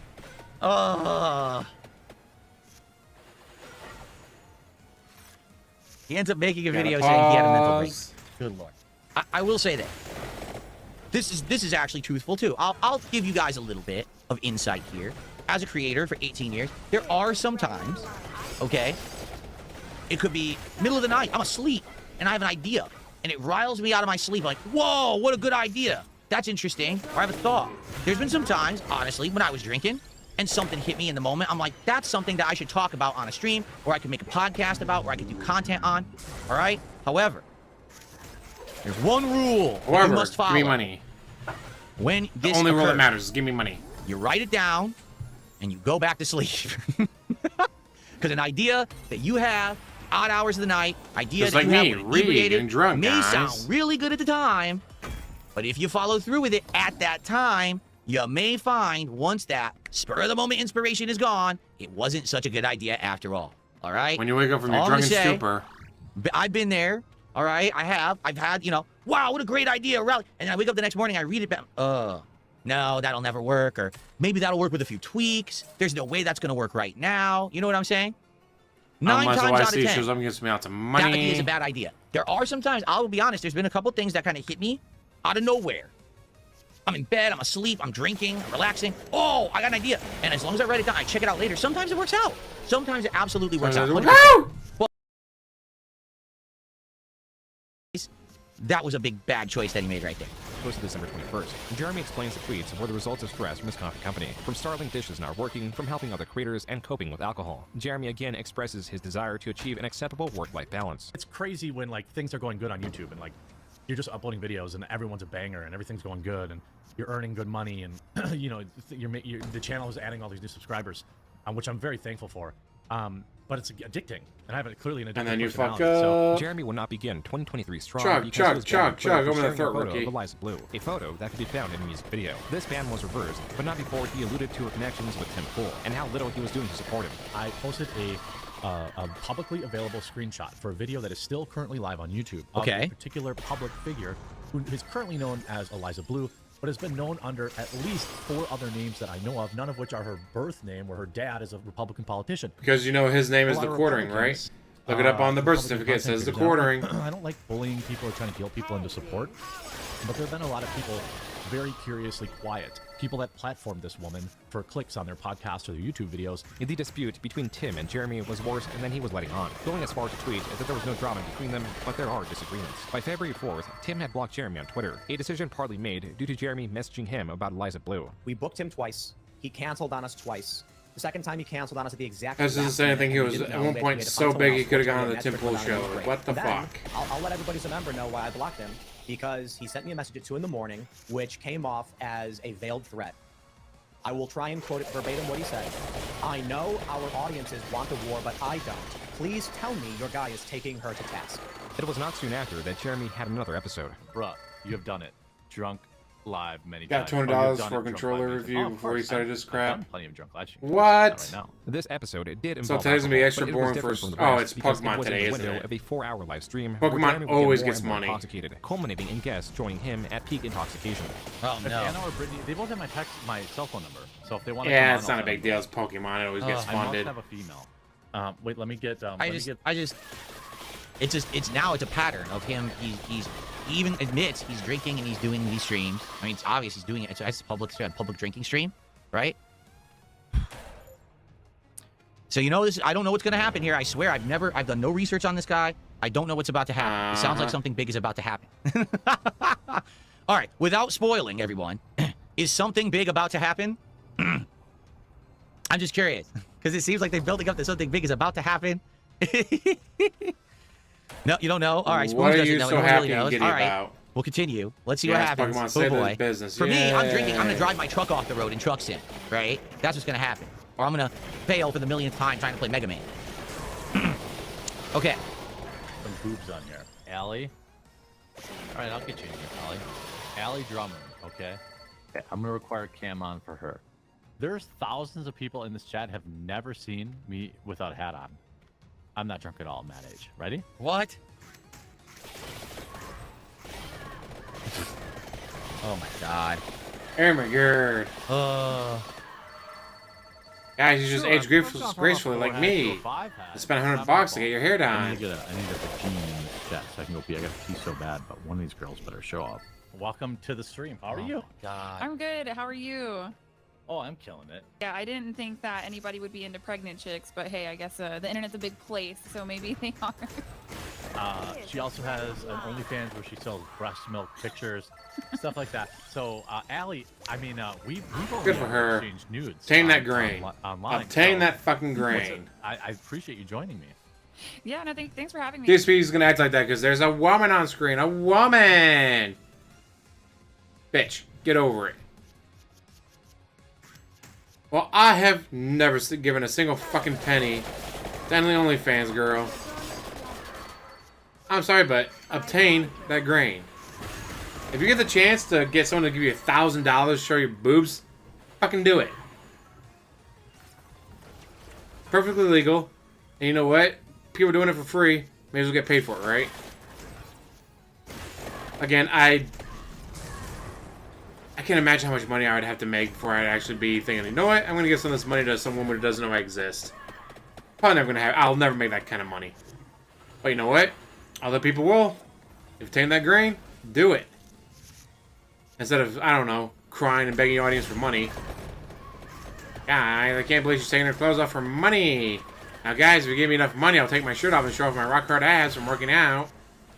My husband actually likes your content, and I didn't even know that you had reacted to my content before. I didn't even think you wrong looked button. at my channel like that. Well, it's obviously before you were pregnant. Now that I know you're pregnant, I've moved on. I'm diagnosed Asperger's, so I can say it. Oh, what? Like, But yeah. you seem like very normal. What? Hello. What is going on here? What's going on here? He's got women on his show. Did he intend Does he understand to, that you're not allowed to have women on your show if you're any married? Iota of seriousness ever I sound like to be Dale. associated with him ever again with this appear at the stream? Like, this is the barn burner, right? Like, this is it. That's it. After this will be referenced forever. This is never going to, recover. This is, So, for me, I think you all know what my most embarrassing moment has been, okay? Everything that we have seen so far in this documentary, I would argue what we're going through this moment right now, when you watch a reality TV and something really embarrassing is going on, you cringe so hard that I don't want to watch it anymore. I'm actually at that point right now in the documentary where it's actually going to be hard because the truth is, If I'm watching a show and I get to that point, How much I turn fucking it off. hell I does this can't bitch stand it. have? Like, no, She's that gonna secondhand kill me. embarrassment is so strong. That secondhand just, you know, oh God, I can't take it anymore. I step away. I don't watch the rest. I'm serious. I'm like, I can't take it. But I think since we're doing the react, I guess I have to do it. But, oh man. Guitar Player did a $5 super chat. He says, when is he going to realize alcohol and streaming don't mix for him? I mean, I guess never. Because it's not even just alcohol and streaming, just alcohol and, like, technology. Because he's on Twitter. You know, tweeting Holy about the most important thing he's shit. ever done in his life is this video about Elon Musk quitting Twitter. And then he goes ahead and he jumps on a stream drunk. You know what I mean?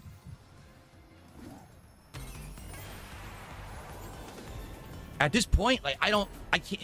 I'm gonna say This current is it, begging right? for We're about to see money the most embarrassing moment. or taking your clothes off. Okay, I'm gonna have to I don't know prepare about you, but I'm myself, gonna try to I take my hate clothes this. off. It pains me to see these moments. I Although- prefer never to know about them. With the way I like people pay Okay. me money to keep my clothes back on. Sad face. Oh my lord. I love how much women hate her just because she's so beautiful. I was pretty ugly before I learned how to do my hair and my eyebrows. Oh yeah, and you were blessed with gigantic boobs. But the Came in and- later. are you live right now? Yeah. Are you live right now? Yeah, yeah. So Yeah, if you want, I'm not gonna be offended. Brittany said she's gonna pop a nip later, maybe. When I say later, we don't really know when that means. Astro Boy says, Jeremy, sign up for the night. You are Pop hurting on your the cut of brand. What do you blood. mean? My brand is what I am. Jeremy deleted the stream, and the following months he made his first video of the year claiming YouTube was targeting his channel, deeming the survival of his channel and others were important to fight the culture war. The last section of this video is dedicated to persuading viewers to join his mailing list or join his locals page, where he states financial support is optional. To add to Jeremy's list of projects and responsibilities that include... So, I mean, we just turboed through, so we didn't get to see the content of the stream. Maybe it was so bad, because he deleted it. Maybe it's so bad, it can't even be included in the documentary, right? I guess. I don't even know what happened. I legit don't even know what happened. Does it? All right. I guess Well, it's I'm that about to bad. die. I guess. That we're not gonna know. I guess I'm not gonna know because I'm certainly not gonna seek it out after the fact what happened. But okay. So now we're on to the next. Oh, my channel's under attack. I need help again. Okay. Coffee, his main channel, his Rumble live streams, his constant advertising that has him tweeting on average 20 times a day was now the Publica, his magnum opus. A news website like Exclusively Games that was meant to deliver He would have more been done detail by the on second stories stream if he co-founded didn't do by that. Sydney But Watson, he does do someone who that. Jeremy also had a That's why podcast these with. are Jeremy just and the so rest of fucking his good to audience watch. will later find out 'Cause he's Sydney did not so have bad the at it. opinion of him. This clip could possibly explain why. Have you ever peed in a trough where there's like dongs on the left of you and to the right? You can see them both. You and you're don't have to peeing in look an at them. open river. You don't have to look at them. It's You not have like to look. It's a respect thing. No, you don't. You do not look at You know, them. to my experience, never if look. there's a guy who is like supremely hung, you would like rib him about it. You know what I mean? Versus like be jealous. Most of our conversations are you saying, "Man, I really want to put a bunch of work into things," and I'm like, "Sid, whore yourself out." Sometimes you even just text me tips. Maybe this is something that guys and girls can come together on. Yeah. So when I know, like, let's say I go to like a fair or a festival or something like that, right? I take Imodium before I go. What's that? It's like for diarrhea. So it like Oh, you do not. To stop know him what from is shitting happening himself is again. I Yay. from that. This is not the information that I need. It's called a life hack, Sydney. Okay. It just confirms to me that I'm allergic. The importance of the success of the Publica to Jeremy Holy was his shit, famous this guy's got coffee. too much He health. chased it as an out to increase his income while lessening the time he worked on YouTube, as any dip in revenue would increase stress. My brain is so addled at what's happening that I can't like June is talking and I can't even understand what he's saying because we just saw two pieces of content that this guy put out that are so ridiculous, embarrassing, misconduct, just rude nonsense. I want to die. And I can't. He just moved on. Like June just moved right on to the next topic. No, wait. We're not gonna comment on that. We're not gonna say anything about what just happened. We're gonna. I mean, I guess you could just let it speak for itself, right? But I mean, Yeah, I don't want to die. we're seeing a distinct pattern of behavior now at this point.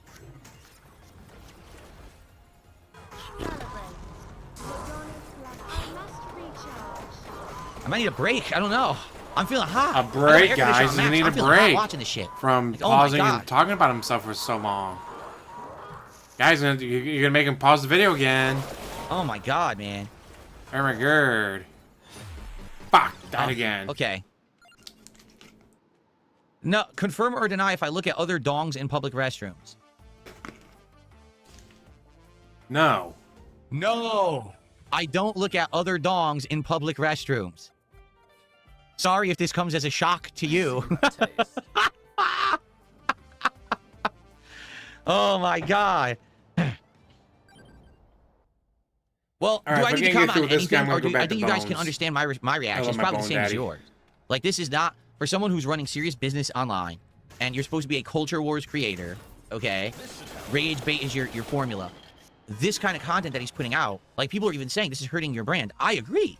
I 100% just say no, agree. dude. Just say no. It is in her. Like this with is hurting his drugs, brand. This is now going to make people embarrassed dude. to watch his content and take it seriously. Because when he's putting out that content, the quarter, even that guy who was just on that stream with all that women, he said all these insanely rude things and just perverse things. You know, the guy who apparently is simping over another smaller creator, even though he's married. The guy that, you know, is with this conversation with a woman, he's talking about looking at dudes' dongs and taking the guy that was living with his fiance. Yeah, this will and then 100% hurt his brand. And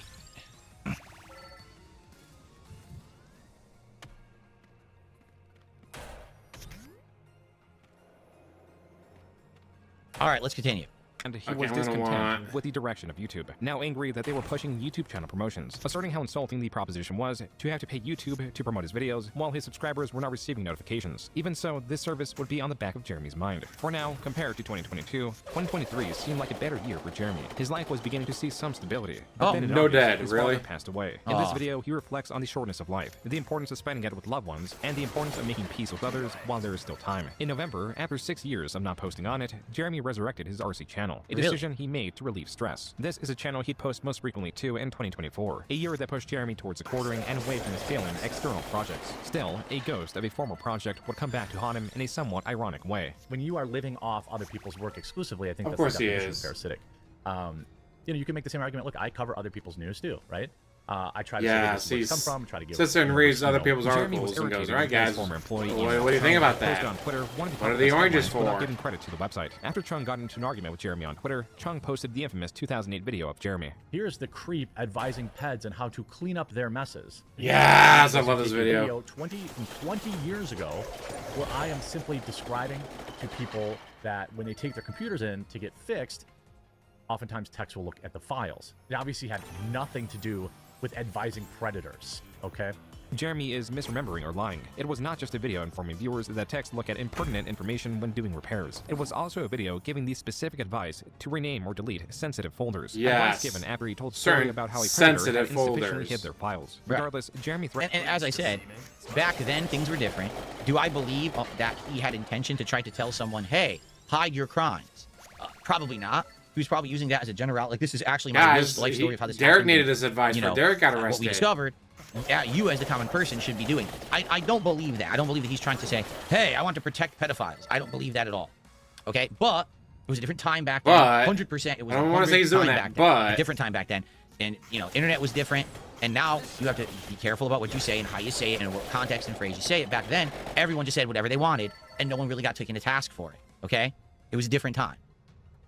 There's never time, guys, when you just tell people how to hide their So, by the way, guys, porn. this is about the halfway point of tonight's stream. Shit. So I want to say thank you if you're enjoying my react here to the Quarterings documentary by June the King. If you are, if you could give the stream a like, I would definitely appreciate that. The likes would help this channel to get the algorithm to be seen. So if you're here live, give it a like. If you're watching this archived on demand, if you could give it a like, that would help me as well. Leave comments on the archive stream. That would help. Thanks to everyone who is here and who has already supported the content. You guys are awesome, okay? If you like this content and you want to see me do more, you want to see me finish this project this week, you want to see more projects like this in the future, then please support the content if you can. All right, what can you do? Well, super chats, memberships, gifted memberships on YouTube, super stickers, kicks or subs on Kick, or a tip via PayPal. Anything appreciated. As you see, everyone gets a shout out for their contribution. I appreciate that very, very much. Let's keep it going. Let's keep that momentum going. As I said, if we have a great night tonight, we'll finish this react this coming Thursday, and then we can talk about the future. People are already asking me, oh, do you have other ideas or other things to react to? We can talk about it. If you guys like it, we could work on it together, okay? So thanks in advance. Thanks to those who already have. Let's continue. Here we go. Second half. Here we go. To Chung for libel, and that's as far as the disagreement went. In April of 2024, Jeremy instead had his eyes on two different creators, Styx Hexenhammer 666 and Melanie Mac. Jeremy started two podcasts with them independent of one another. Styx Hexenhammer has a reciprocal energetic feeding or a sort of pact with Stolas, a non-Judeo-Christian demon that takes a form of an owl and visited him first when he was a child. In simple terms, he worships a demon owl. Melanie Mac is a Christian self-proclaimed libertarian who states she does not hate homosexuals but does hate their actions. And Jeremy Hambley is the owner of The Quartering, a channel that had the goal to push the conversation, not further tensions. He is the owner of two businesses that, while he desperately wants them to remain apolitical, on the same channel that he advertises his businesses is now selling Trump cooked books, Trump tailgate stickers, and Never Kamala stickers. And by late September 2024, Jeremy was down to running one major business outside of his YouTube because the Publica was no more. And I didn't have the time to promote paid memberships there that would have helped. Sponsors really aren't out there for a news site that dunks on trans weirdos and Indian people and stuff like that. There just wasn't anything out there. So I guess I didn't get any mysterious billionaire donors either. Jeremy appeared to remain cordial with his former employees, but not Sydney Watson, his former business partner. Are the quartering and Sydney Watson not cool no more? No, 100% not cool with Sydney Watson. She talked massive amounts of shit about me in these feminist DMs. And one day I'll expose it all. One day I'll share, because all of her woman friends, by the way, turned against her and shared all of her DMs with me. All of her so-called feminist confidants immediately sold her out to me. She said heinous shit about me after I paid for everything with Publica. And it made me want to sue her because she never paid a single fucking penny for anything at that company. I lost $100,000 or more. $100,000? Holy shit. Almost as much as DSP spent on WWE Champions. Jeremy would have to rely more on his YouTube channel. So, at this point, we're now late 2024. It sounds like he's finally going to focus on his YouTube channel, but he still has the coffee, right? So I guess it's the quartering and the coffee. That's what he's got left. He's no longer doing a million offshoot channels, a million side projects. He's just focusing on that. Damn it. I was hoping to get a 2 Not Jeremy Hambley did 500 kicks and says, I'm hammered right now. Can I borrow $5? No, but thanks for the 500 kicks. I appreciate that very much. Thank you. Okay. I was going to get banned for that. Had its best year ever. In June, he broke his record for monthly viewership at 71 million views. What? Oh, June. What year is this? 2024? 71 million views in a month. That's what did he cover? Insane. This could also have been a fluke. 2024 was an election year, and Jeremy's channel afterwards could as easily see a decline. A decline that would come at the worst time possible, as he had attracted the attention of 2 persistent adversaries. Kino Casino, yes, shout out. And uses the same strategy to dismiss his critics. You guys are assholes. Pieces of shit, but you're entertaining assholes. In a store. I know that that Alden's not doing this, but sometimes like leftoids are like, use that to kind of make fun of me. I'm like, I told that story on a podcast. Like, you have to also understand that a significant following is going to bring a significant unfollowing.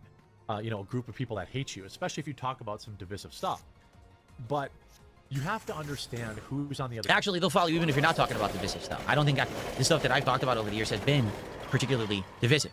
I mean, just play fucking games. That's all I really care about, and still people follow me. Dare just seems divisive to me. It's like that person's life sucks. It's terrible. Over the last 8 years, Jeremy's pleas for support have become more underhanded and more absurd. It began with his initial understanding at the end of his MTG days that having purpose and to define enemies sells better than anything else he's tried. He has thrown himself in one of the most divisive spaces and has done well for himself. Perhaps too well. On several occasions, he has leaked his earnings, flaunted his wealth, and returned for more. And whether he is pressured by anxiety to earn more. That's his game room, huh? Be jealous, DSP. Be jealous. No, they're not. Be jealous. Are they? Most of those. Hold on. Nope. Arcade 1-Up. Anything that's Arcade 1-Up is worth nothing because they're all fake replicas that are completely worthless and they're complete rip-off company. They all look like Arcade 1-Up cabinets. Like the whole room. None of those are legit. Even his stools, his bar stools are Arcade 1-Up. If he had walked in there and that room was legit restored cabinets, I would have actually give him some props and be like, wow, he's a gamer. He was there back in the days, in arcade days. Arcade 1-Up is complete trash that takes advantage of people who don't know what arcades were really like and makes you pay top dollar for garbage. So, every one of those cabinets, I'm not kidding, has massive input delay. The games cannot be played competitively or in any serious manner because it's basically... What if you're not worried about competitive play, jackass? The controls aren't good. I know because I played on 2 different Arcade 1-Up cabinets. It was NFL Blitz and what was the other one? It was a fighting game. Both of them were laggy as shit. They were so unfun to play on because I grew up in arcades playing the real games. It's a complete scam.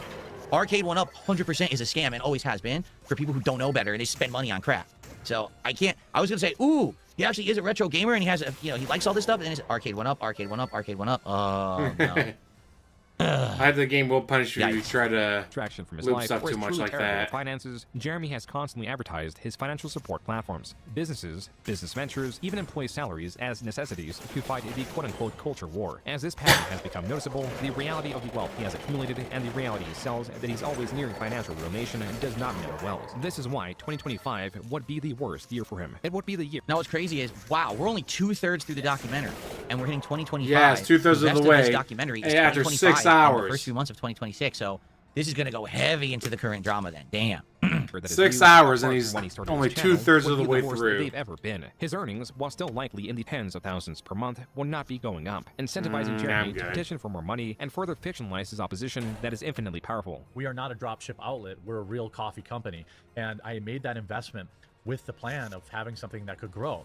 Well, we've never been at our most vulnerable. You probably saw me selling my Neo Geo collection. I'm selling my Nintendo collection. I'm selling all this stuff to help fund this stuff. And it's because I believe in the things that I'm doing. But now we hit a roadblock that I need to try and reach out and give you an understanding of why I could use some help.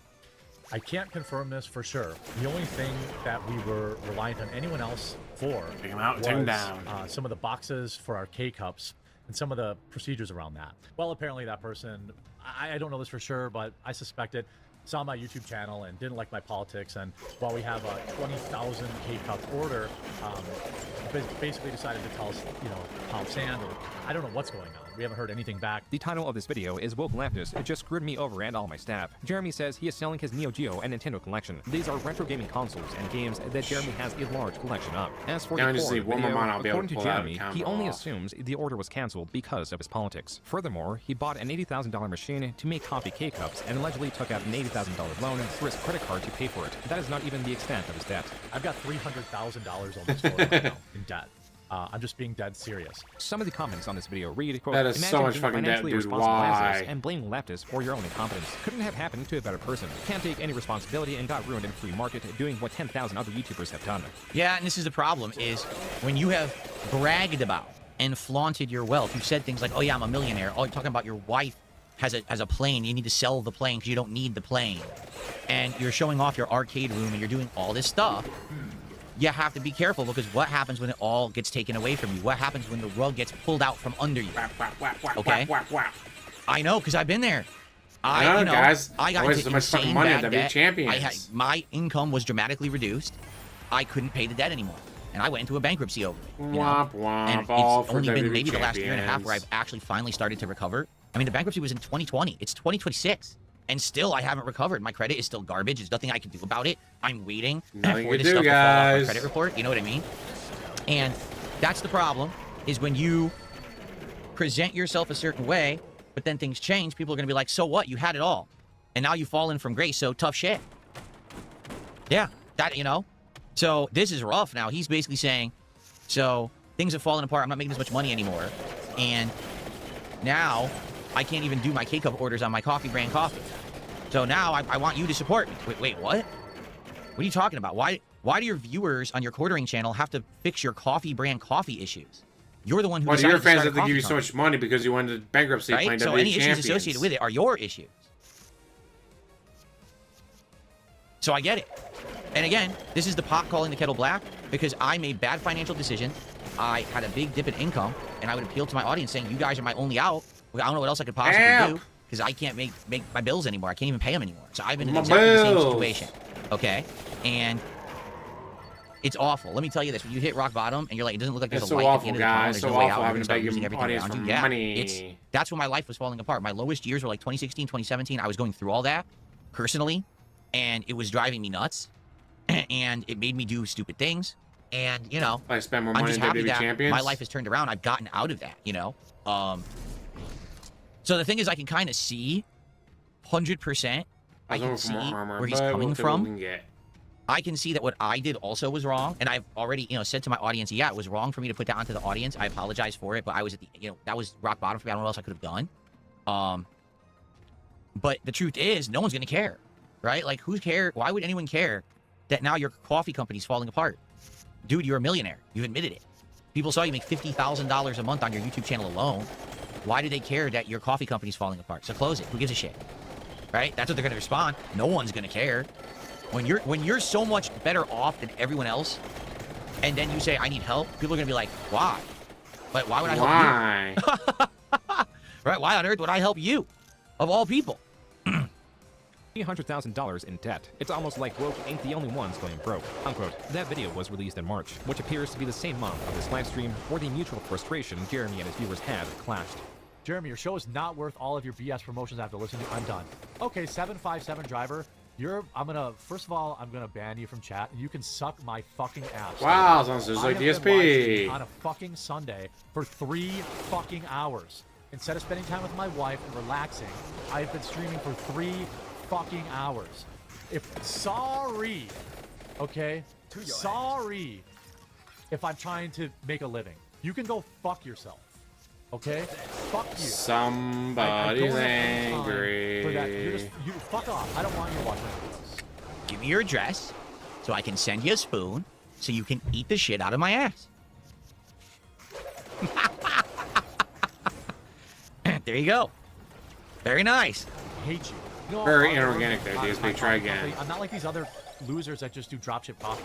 We have 15 people's jobs that depend on this. So I'm sorry if in 3 fucking hours of live streaming I talked about it 3 times. I'm sorry.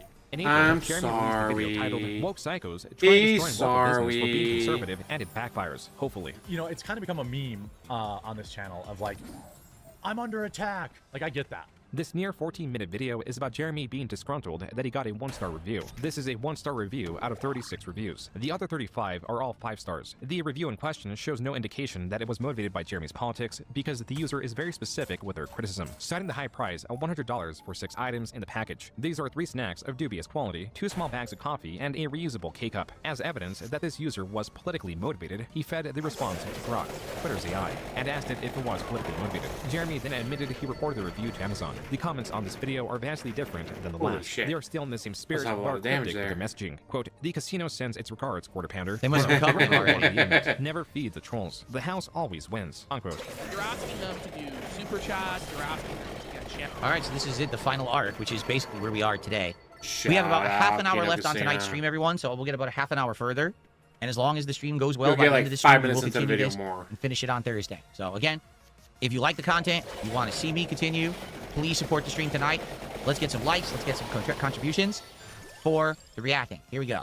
Memberships, you're asking them to do memberships at quartering.com, Rumblecast, watch the videos, watch the ads, and then they also have to buy the coffee?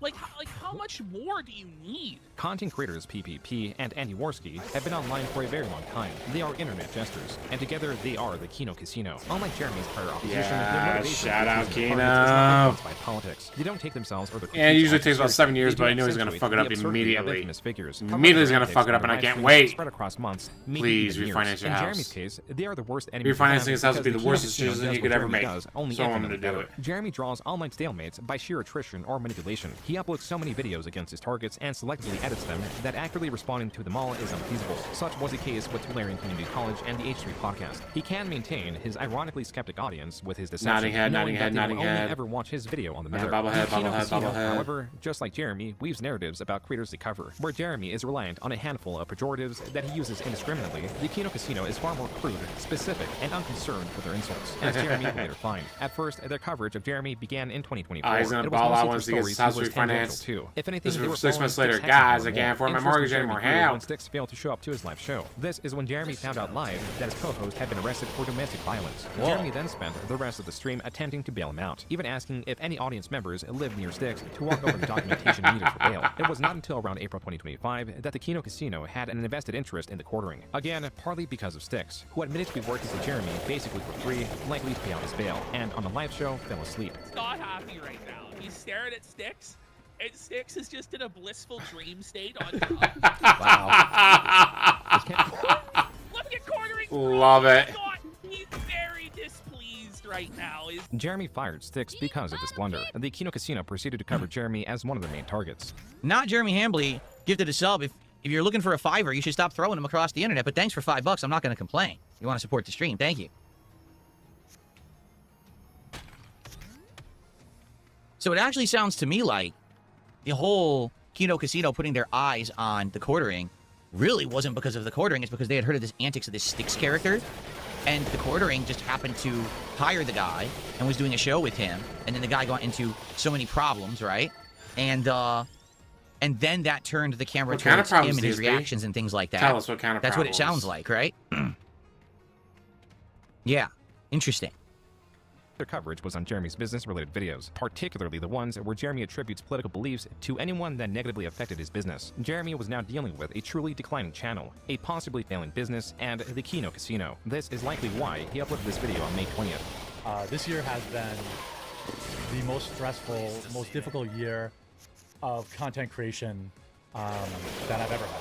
Naturally, to counter the stress, Jeremy was tweeting about expanding his RC collection, teasing at more RC videos. On stream and his podcast with Melanie More Mack money and now spent. Anna Claire, a former employee of Tim Pool, Jeremy would speak of buying watches for around $10,000. On separate occasions, he would talk about the customized Cybertruck he owns and how he's thinking of selling it. On Twitter, users pointed out how Jeremy was flaunting his wealth and weaponizing outrage even more for money. He simply responded with, "Stop being poor, F slur." As to only dig himself a deeper hole, he responded to the Kino Casino covering him, calling PPP the only guy fatter than him on the internet, and Andy Worski a burnt-out cokehead. Also adding, quote, "By the way, I'm happy to join these clowns any night on a stream," unquote. The Kino Casino, a live stream and clip channel much smaller than Jeremy, had successfully gotten his attention. Now that they have evidence that Jeremy is aware of their insults, they are motivated to cover him even more. Especially now that As they should he was be. continuing to flaunt his wealth by purchasing a massive saltwater fish tank. Only 19 days. That's confusing. He's saying it's most challenging. This is the most challenging time I've ever had for the channel. You know, we have all these problems with the coffee, but then he showed off a giant fish tank that he bought. Why did he do that? You got to make the narrative at least make Because he's sense. a low-cow. Like, if you're going to say, That's I'm what down on my low-cows do. luck They right waste now, money on stupid bullshit. you can't then be showing that you bought expensive stuff. You know what I mean? The That's other why thing he won't do a house tour, questionable because if he does a house tour, DSP point here that I accidentally forgot show off to all the bring stuff up he bought. is that June the King said 2024, notably, what was it, June 2024, he had 71 million views on his YouTube alone, and that was the biggest year he ever had, was 2024. It was huge because of the election. So in reality, he made a lot of extra bank that year, right? Tons of extra bank. Now, it could be truthful, the next year is his worst year ever, but he just came off of his best year ever, then went to his worst year. You know what I mean? That's coming So from it's a guy not who like, oh, I made just had 3 bad years in a row. It was you literally had your best year you've ever had in your history as a $300,000 in creator, his best year. followed by your worst. You're not necessarily destitute, right? Unless he blew it all. Is he the kind of guy that the money is coming in and he's just immediately spending it all on the businesses? Like there's no Like you always saw your money actual WWE champions? saving. There's no investing. It's just immediate re-spending and reinvesting on more projects. And things, and he just has. He's not liquid. Like, he's not liquid at all. It just all blows out the door. The moment it comes in, it's out again to spend on something else, which is bad. Obviously, you don't want to be like that. So that's what's crazy. Like, so now it's his worst year ever. He probably assumed, oh, 2024 is my best year ever. We'll continue on this streak of great years. And then all of a sudden, 2025 hits and he's way down because the election's over. No one really cares. They don't want to talk about Trump anymore. So now he's floundering, and now he has to keep trying to find ways to raise money, and it's not working anymore, right? But then why would you show off? Oh, I bought a fish tank. That, you know, at least make the narrative make sense. You know. Jeremy uploaded a video titled, "I'm Destroying My Channel." In the video, Jeremy talks about having terrible anxiety, spending nearly every night thinking about how he's going to save his channel, while reminding his audience that his channel needs to succeed for the sake of his employees. But I'll rely on YouTube, which has... Thank you, Guitar Player, for a gifted membership. I appreciate that. We're in the home stretch of the stream, guys. Probably about 20-30 minutes left tops. 30 minutes left, guys. Give me money. And obviously, we're getting into the more recent things that you guys are probably going to want me to know more about, because I don't know anything about these. Again, I haven't followed any of this stuff. So thank you so much for the support. Dude, only 6. Right. He bought like 12. Totally consistent for me over the past Pump those numbers up, years. dude. For the first time in 3 or 4 years, I have started losing a lot of subscribers, hundreds, thousands a day. And I couldn't figure it out. I can't figure it out. Jeremy pleads to his audience, claiming he is reducing the amount of ad reads to 1 a day. As for his content, Jeremy wants to create in-depth videos and be wrong less. I think the market has shifted, and it's no longer okay just to have to, you know, just to read an article and give my, whoa, that's great. I need to be about it. And to avoid having my wife sell her feet pictures, I have hired a researcher full-time. To what? To avoid having his wife sell her feet picture. I'm not even going to touch that one. I'm just going to pretend like he didn't say that. That was a great Let's joke. continue. That was a great joke. Shut the fuck up, DSP. You see me squirming around, doing this, touching myself, like it's a weird tick, like touching my heart. Jeremy was agitated, anxious, and one of the casino's prime targets on their July 4th stream. Here, they covered the previous month's happenings, even Jeremy's new, inferior Rumble contract. So now what he has to do, because of his Rumble deal being changed, he has to show the Rumble subs, and he only gets half of that honey. Let's just say we took a pretty huge pay cut at the end of our Rumble contract, and I wonder why. So let's go to the recent video and see if anything. That's what I was gonna do. By the way, what's the title of this video? Flight forced to emergency land for insane reasons. So it sounds really clickbait. Okay, at least it didn't start with a coffee mug. What's the thumbnail? Hang on, let's see the thumbnail. I'm done. I'm done flying forever. What? So it's just. It was Draymond Green that gave him 200. Bullshit. I mean, there's been so many creators that's been their content for the true or not. longest time. This clickbait, that's not even what the content of the video is. What is the content of the video? Do you think it will really be that? It's crazy, but that's what they've been doing for so long. You know what I'm saying? Oh, man. Okay. The last chances to get your hands on. There it is! Immediately, he's chilling the coffee. How long did it take for him to chill the coffee? 35 seconds. So we get literally. I mean, DSP takes about 5 seconds to pause. Hey, listen, you guys can give me shit all you want for saying that I asked for contributions, which I do. Okay, I don't chill. I don't. You can't say DSP sits here and chills product all day. Can't. You sit My there and product bag is all what day. you're seeing right now. And if you like that product and you want more of it and you want to see it improve, support it. Period. I don't want you to buy a controller over here. I'm not shilling this controller here. I don't want you to buy a bunch of merch and shit. And the few times that I've had the merch, I barely mention it. Like, I just had shirts for like 6 to 8 months. I forgot mentioning. I never mentioned it. And they shut the store down on me because I stopped selling shirts.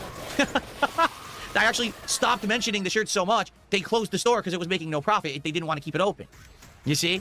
So at least the one thing you can say, I don't really shill any junk, right? You can complain that I got the chair, guys. Too You got much, the chair. but you can't say I'm a shill who shills junk, right? I can't stand it. I hate it. There's people like I tell you guys all the time about like Angry Video Game Nerd. I used to be a huge fan of him, right? And back in the day, I used to watch all of his content. Didn't watch it for many, many years. And then every once in a while, people came in the chat and said, did you watch this video he made recently? It's doing well. Well, I don't know. Let me go watch it. And I hit play. The beginning of the video, he's shilling. He's like, buy this, get this VPN, do this. I'm like, oh, God. Like, that's the You know what he wasn't doing? Content Begging his audience for money. In the day. Now it's like, that's the only way, even for these... It's okay to obtain the grain. Countless people to get by. Especially when it's not begging for money. Junk, to shill the coffee, to shill the product, to shill Dollar Shave Club. How many people have Dollar Shave Club shit? It's always the same. Or these companies run the campaign, and everyone jumps on the same campaign. So if one creator is doing it, every other creator is doing it, and it's so fucking obnoxious. To me, I would much rather hear a creator make content, and then during the content say, hey, please support it, than say, hey, we're going to interrupt the content to bring you something you don't care about and, doesn't affect you at all, but buy it anyway. That drives me fucking nuts. The ad placement of a coffee or this shit drive me way worse nuts than someone who is asking for some active support for what they've already provided for you in that content. I think it's completely different. That's my totally take. okay to beg for money, guys. That's okay if you do. Because I said so. I don't like any advertisement, to be honest. I wish I never had to ever ask for a contribution. There's sometimes I never do.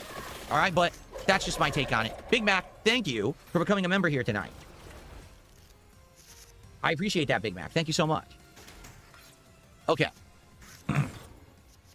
Video. On Kiwi forums, while much of Jeremy's board devolves into speculation, user Return of the Mac and Cheese, while still joining in on the speculation, would often upload clips from Jeremy's Rumble live streams, making sure to prioritize the release of new information, like Jeremy's bout with gout, his worries with YouTube demonetizing real life gout. I can't believe someone would ever have gout. What a horrible thing. I mean, must be a terrible person to have that. Content and detailed information on his coffee sales. The Kino Casino would credit and utilize Return of the Mac and Cheese research, making the segments more frequent and more popular. The following will not be eligible for monetization.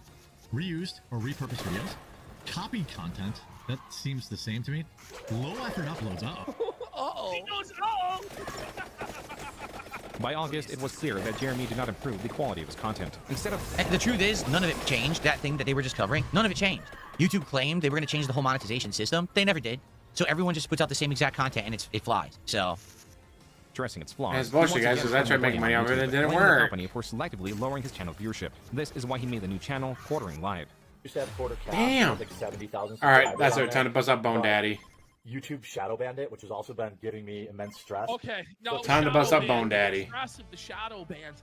This is what every fucking political grifter says till the end of fucking time. I've been shadow banned. They're suppressing me in the algorithm. Jeremy's Quartering Live channel has considerably less viewership than the Quartering. These uploads often get less than 1,000 views a video. With these tests effectively proving the shadow banning of his main channel was false, he was now claiming that the majority of internet traffic is fake. My videos have basically remained the same quality for 12 years. Oh my god! That's the problem! Not change, just like DSP.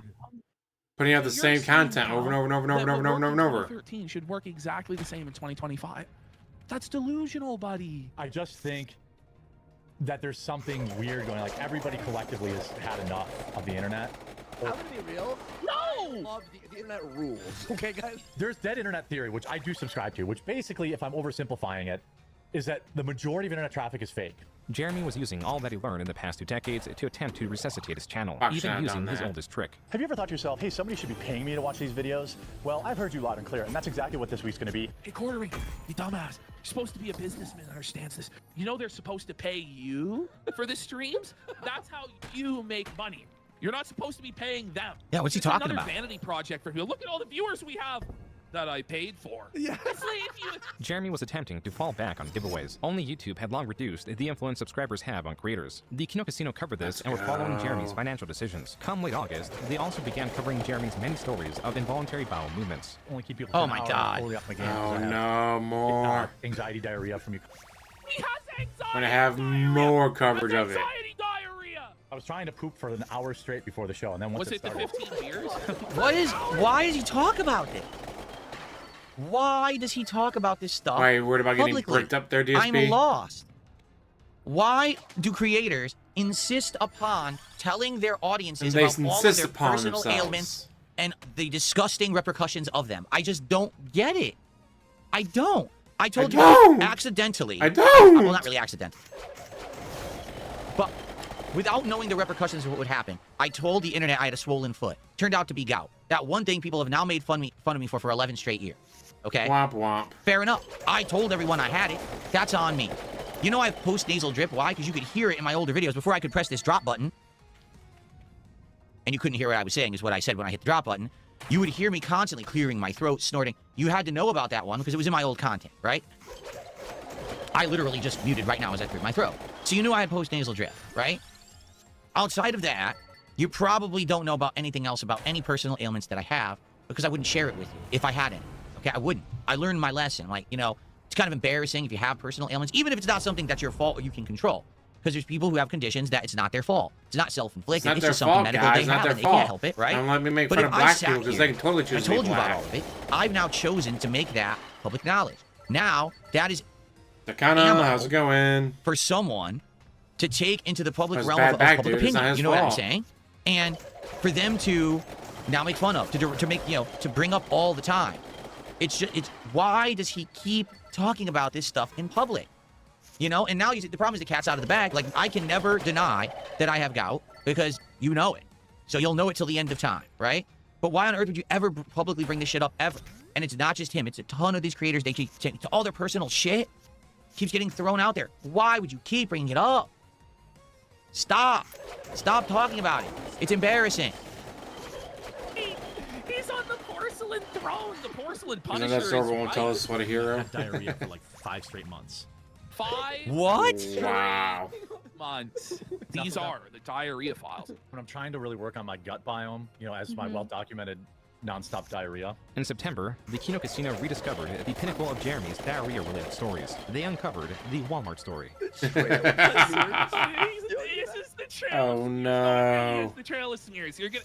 I hate to spoil it. It's amazing when we get to it. To Jeremy, this was a step too far. The Kino Casino early September had both covered the Walmart story and dominated the search term Jeremy Hambley. So he renamed his podcast channel. So if you search for Jeremy Hambley on YouTube, you'll see here that pretty much every single result is now Kino Casino clip. Yes. Completely Kino taking Casino over with the this win. game. Now, we weren't intentionally doing this. This wasn't planned by ours at all. Jeremy goes, yeah, when you search my name, it's literally only snark and bullshit. It's apparently now required. So Jeremy has rebranded the Quartercast to being Jeremy Hambley, the Jeremy Hambley Show. Help me take back the search results. Basically, people that want to spread like terrible misinformation. Baby, come back. Okay, what is the misinformation?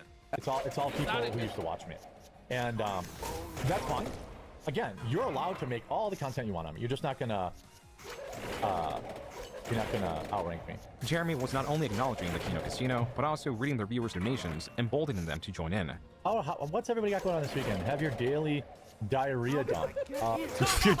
Have your daily diarrhea dump. Oh my god. He knows. A week later, with the Kino Casino still competing with the search term Jeremy Hambly, Jeremy was now using his main channel to outrank them. On September 17th, Jeremy on Twitter claimed that he has never even heard of the Kino Casino, while at the same time directly replying to their tweet asking to get on the show. When this did not work, he tagged both insane. PvP and Andy Worski. This is documented. You were trying to get a hold of them.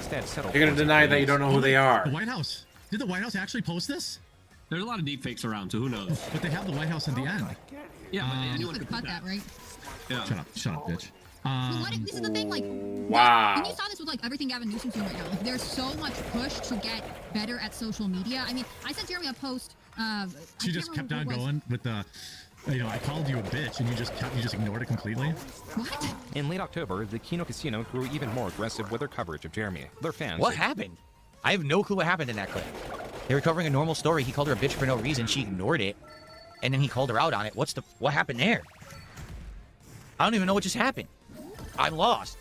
It doesn't seem like there was context either, just like out of nowhere, huh? I can't really comment on it. Was that a staged thing? Was that, I don't know what happened. Did it ever get explained? Was it staged? Was it explained?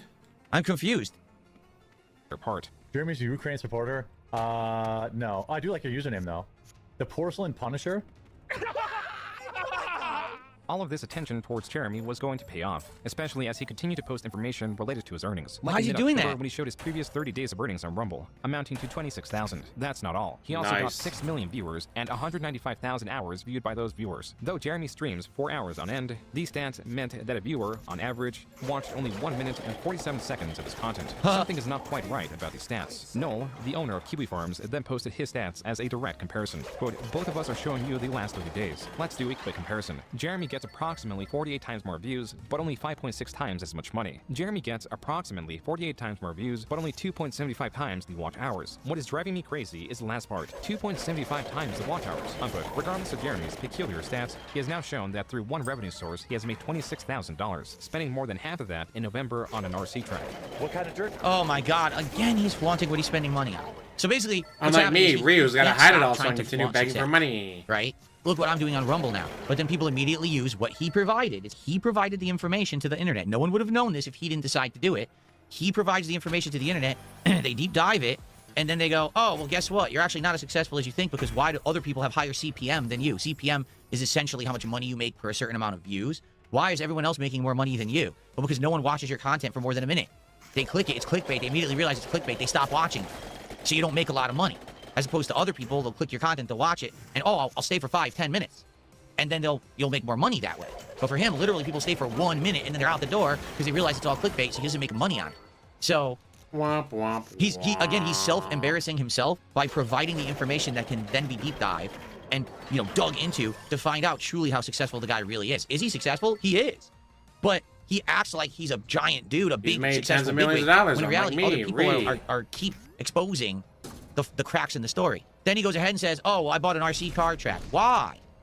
Why did you do that? You keep saying you're not doing well, but then you are doing well. Then you say, help me because I need the help because I'm under attack. And you say, by the way, I just spent $26,000 on an RC car track. So it's a bouncing back and forth of two completely separate stories. It doesn't jive, Well, we use what they call baseball mix, like what they use for baseball diamonds. How much? Well, it was about $10,000 to do this.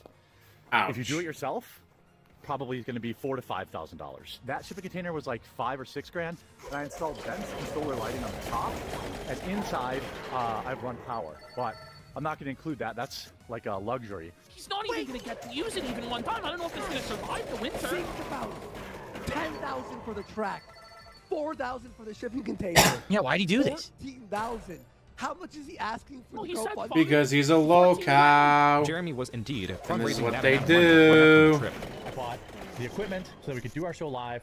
I want to be able to interview like Russell Brand, So, Jack Posobiec. he just admitted he already bought all the equipment. Help us do this. I would be eternally thankful.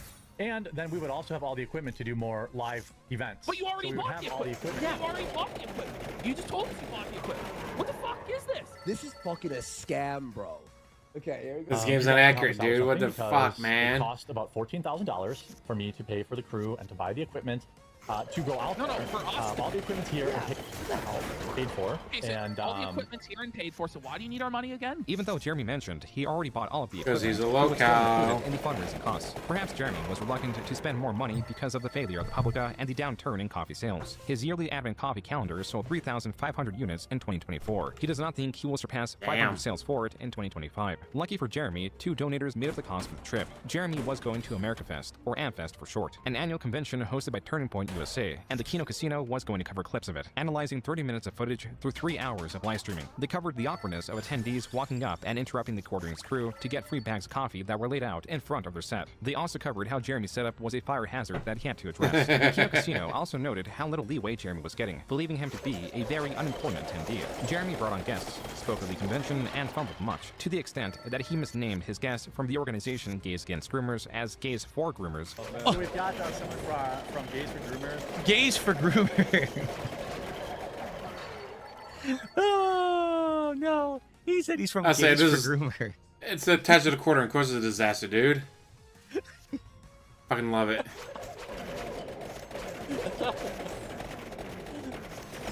Something has genuinely made me crack up during the documentary. He said his guest is from Gays for Groomers. Oh, no. We know, DSP, you hate gay people. That's like a comedy bit in a movie, or you know what I mean? That he got it wrong. Oh, no. I'm breaking down. And we're not done. We only have a couple minutes left. Let's do just a few more minutes for tonight. Oh, my God. Gays for Groomers. That's the same one. Context. You're like a new viewer, and you don't know that he mumbles and mush mouths, and you go, "He's having who on?" And then there was this reaction. Melanie and I, we watched the football game tonight, and Oh, this is a good one. Claire is like, Melanie just looking at like, I haven't please been help invited me. to this football game. Look at her face. Family oriented. I can't watch football. You can. Oh. Yeah, come, please. Is that what it is? And Hannah Claire will probably be going somewhere family. That was a plea. Bring it back. Did she actually mouth help me to her? She does. It almost seemed like it, bro. Oh my, wait, hang on. No, she did. We'll be I watching think the she football might game have. tonight, and Hannah Claire will probably be going. Whoa!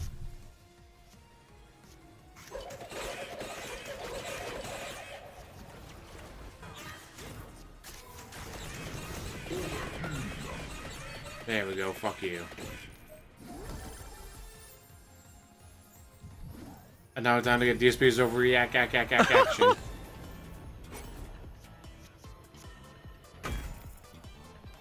My.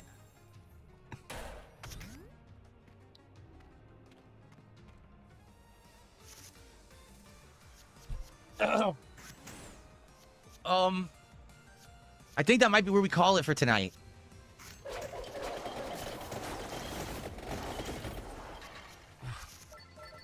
Ooh. I'm in pain right now. Like I said, I don't like watching this stuff. I don't like reality TV. He loves watching this stuff. I don't like watching this kind of stuff because of secondhand embarrassment. He doesn't like it. He loves it. We just saw it. That wasn't fabricated. That was real. That actually just really happened, right? We're not blind. We didn't imagine it. Yes, that actually just really happened.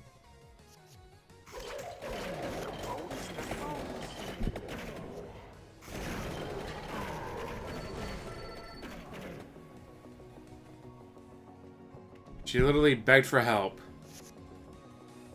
Like, dude, that's very embarrassing if you ask me. Okay.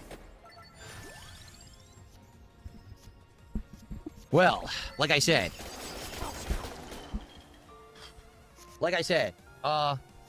that is the end of tonight's stream. All right, we are pretty much right in position. We're at 2 hours and 40 minutes, so there is less than an hour left, and we have been going at an average of an hour a night. So it looks like, yes, next stream we will finish this. Okay. So no, I can't. No. Gar says finish the clip. No, I'm not. I actually refuse to. I can't right now. I need to calm down. I need to cool off. I told you, I don't like secondhand embarrassment. I don't. and I can't handle it right keep milking this for more money. That just happened. Like, I That's all he's doing thought is they were milking going to this for say, more money. oh, look, did she say help me? And then they're like, nah, and then they glossed by it. No, she actually did. We just saw it.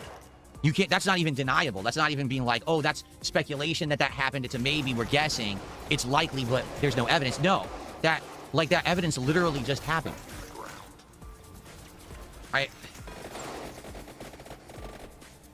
No, exactly. Is it a bad acid trip? No, it's not a bad acid trip. Help! It's not. So anyway, I'm like speechless about it. And I know here's the thing is that we're heading to the finale, right? This is the next part, because that was what, November of 2025. So we're heading into the last 6 to 7 months now of all the crazy stuff that's been going on. And I can't imagine if that's what we're seeing now. You know what I mean? In truth, I'll be honest with everyone here. Okay, I actually don't think with all the stuff there, what has been the worst stuff has been Griff. The quartering always has a new Griff. It doesn't matter what it is. There's always new things he's moving to. He's asking money for. Yet he always has money. Right? It's not like he's destitute or anything. He's always having, never really having money issues, but always saying he is, or he's under attack so that he can get more money for a new project, for a new thing. But then he flaunts his money.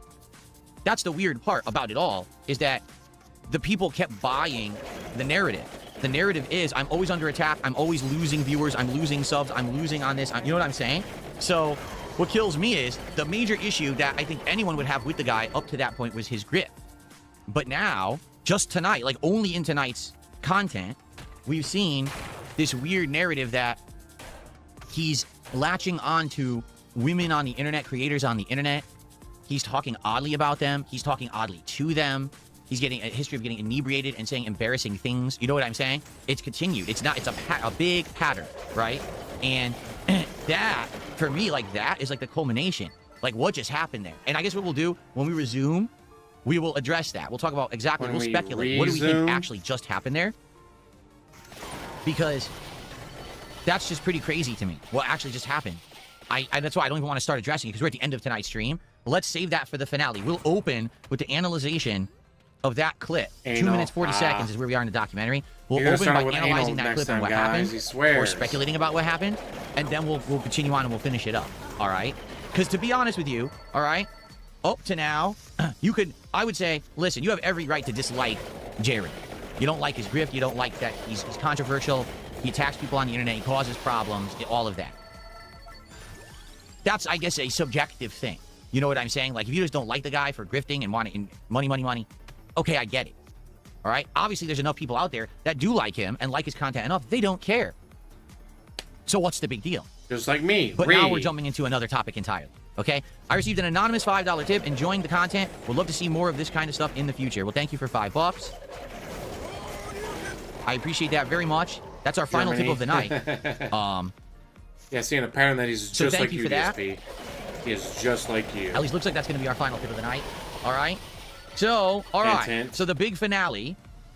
Well, first of all, I'd like to say thank you to everyone who's here live. Thanks for the engagement. Thanks for the likes. Thanks for the support. Thanks for the interactions. I hope that you're enjoying, right? One final night awaits us this Thursday night. All right? Coming up, we will do the final part of this. Okay? You hope. I'm glad he doesn't actually get through it in time. All right, ready? The final piss-off will happen this Thursday. This Thursday, May 14th. Same time, same place. I hope that you will come and see the finale of this 4-part major React event here on DSP Reacts this coming Thursday. All right? Okay, and we'll open with that, and we'll continue on, and we'll finish it. And, holy moly. Like, seriously, it's just something else. It really is. This has been a wild thing. Again, going down the rabbit hole like this has been insane. So down the rabbit hole, Fred all right, so that is it, guys. Thank you so much for watching. So I know for those who are watching this, $143. For those who are here live, tomorrow it's gaming again all day. It's a level 1 podcast in the morning to discuss my initial thoughts on the Steam controller, to talk about Directive 8020, to talk about the reacting and everything going on. And then we're going to do more Pokemon Fire Red post-game. And tomorrow night, it's the conclusion of Mouse PI for Hire, which is why the conclusion of this project will be this coming Thursday night, May 14th. And we'll finish this sucker up. Okay? All right, guys. So thank you again to everyone who was here, who supported, who attended, engaged. You're awesome. Let's take a look I think I'm going to send you guys right now on Kick over to Mad TV. Be sure to say what's up to him, and hopefully he's having a good night, and hopefully you guys will have a good night with him. All right, I'll see you tomorrow. Bye-bye. All right, sending those Can you Kick imagine if viewers you're over. Mad TV and you've never heard of DSP before, and all of a sudden, yeah, every time I'm streaming, this guy just sends more people my way. Nice. Okay. And YouTube viewers, always, I want to say thank you, especially to you guys, because you guys got to understand the Kick viewers, they're on the same place. You guys are coming to a new channel or an old channel for some of you, and you've been here for 3 straight streams of it, and you've been great, a great audience. I really appreciate that. We had to go. And hopefully you'll be here on Thursday for the finale, okay? Or go back to DSPGaming tomorrow, and we'll do fun gameplay all day long. All right, everybody? Thank you so much, everyone. Have a good evening, and I will see you all tomorrow morning. Peace out. Yeah, how about no? Well, I'm going to have to finish my run then. So hopefully you guys don't mind. Yes, that is just... It is a 3-hour and 38-minute documentary. He is now on stream 4 on Thursday. Of a 3-hour and 38-minute documentary. He's going to spend at least 9 hours covering this documentary. What the fuck? I just cannot imagine being that bad at acting. Like shit, fuck. Let me look it up on mine real quick. Content live. I covered it. It took me 4 hours and 6 minutes. It didn't even take me 30 minutes longer than what the documentary is. And DSP is going to be taking 9 hours.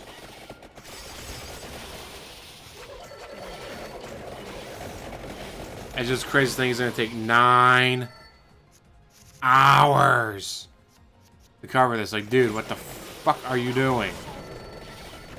Besides doing everything wrong. As always, because you're a low-cow. I'm loving that the Arizona, Wisconsin, and federal government FDAs are all getting involved now. Like, way to fuck around and find out even more.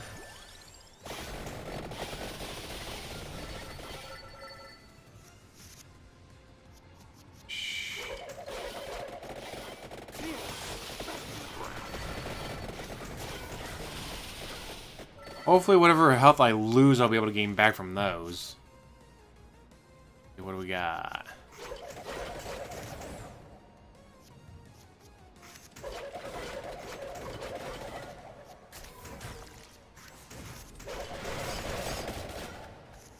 More damage, more damage, more damage.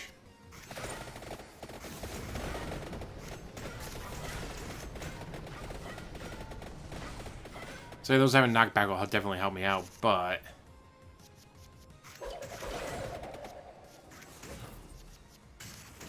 How did I get here?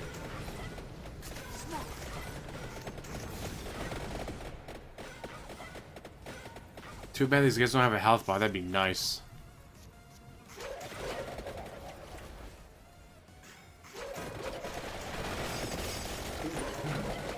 There we go, gotcha, bitch.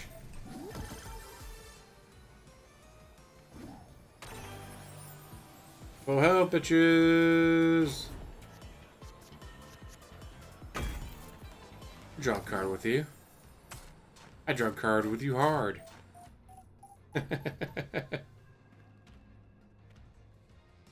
Let's see. Tomorrow should be more Crimson Desert.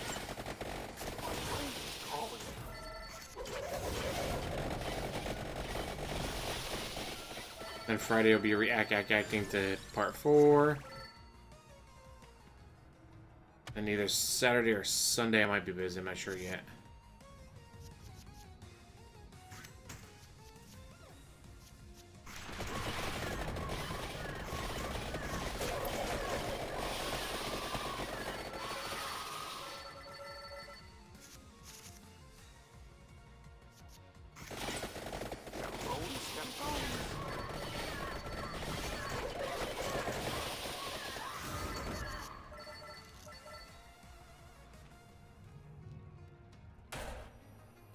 Save that.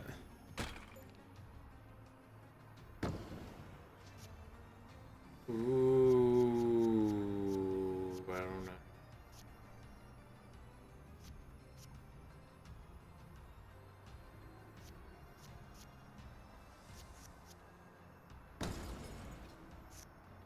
I kind of like that.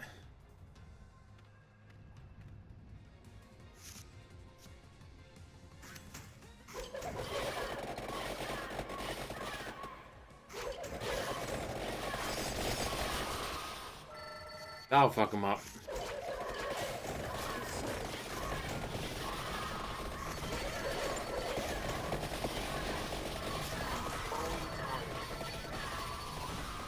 There we go. Holy shit. There's a lot of them that time.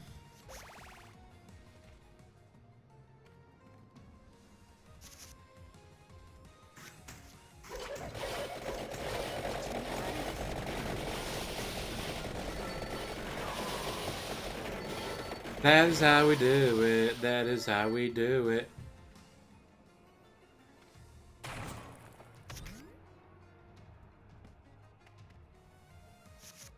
Alright, what we got?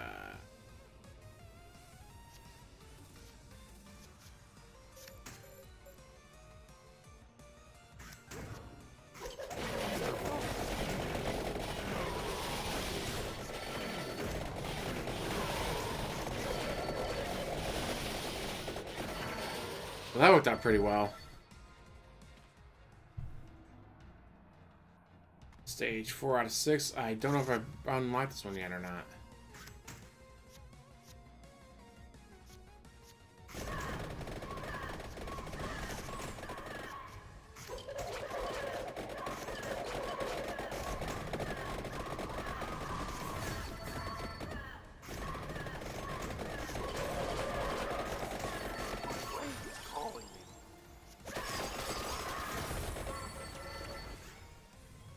Alright, that should do some damage.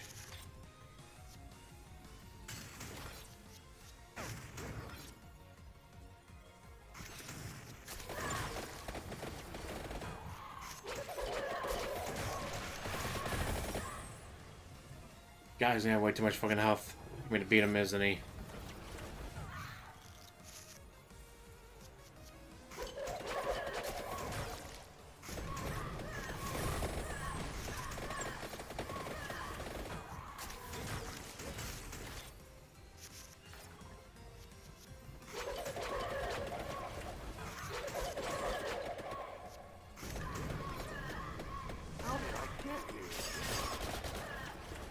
Come on, let me launch. There we go.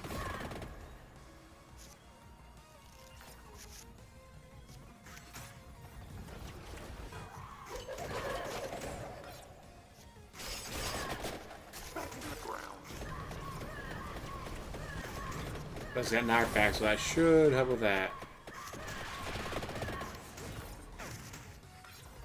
Damn. On.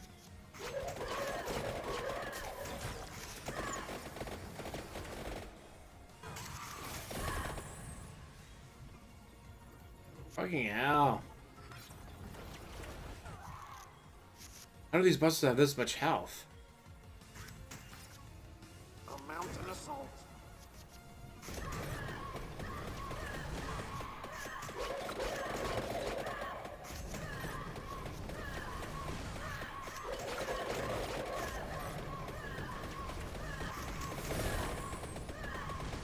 Still not dead after all that. Holy shit. Yeah, I'm about to lose again.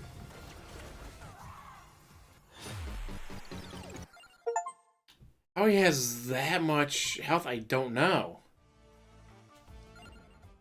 Oh shit, I just can't get through this.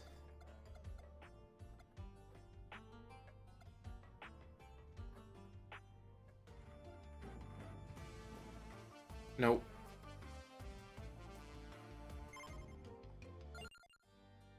If I want to play more today, I'll have to play it on my Switch. Man, I just need to grind, get more money, get more upgrades, so maybe I can get through that fucking level. Damn. Well, with that, guys, I gotta say,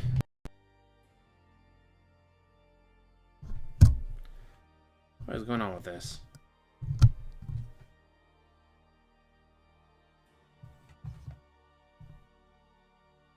Anyways, that was weird.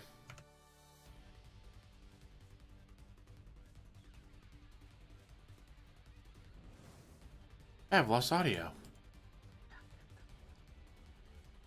Did I hit something on here, maybe?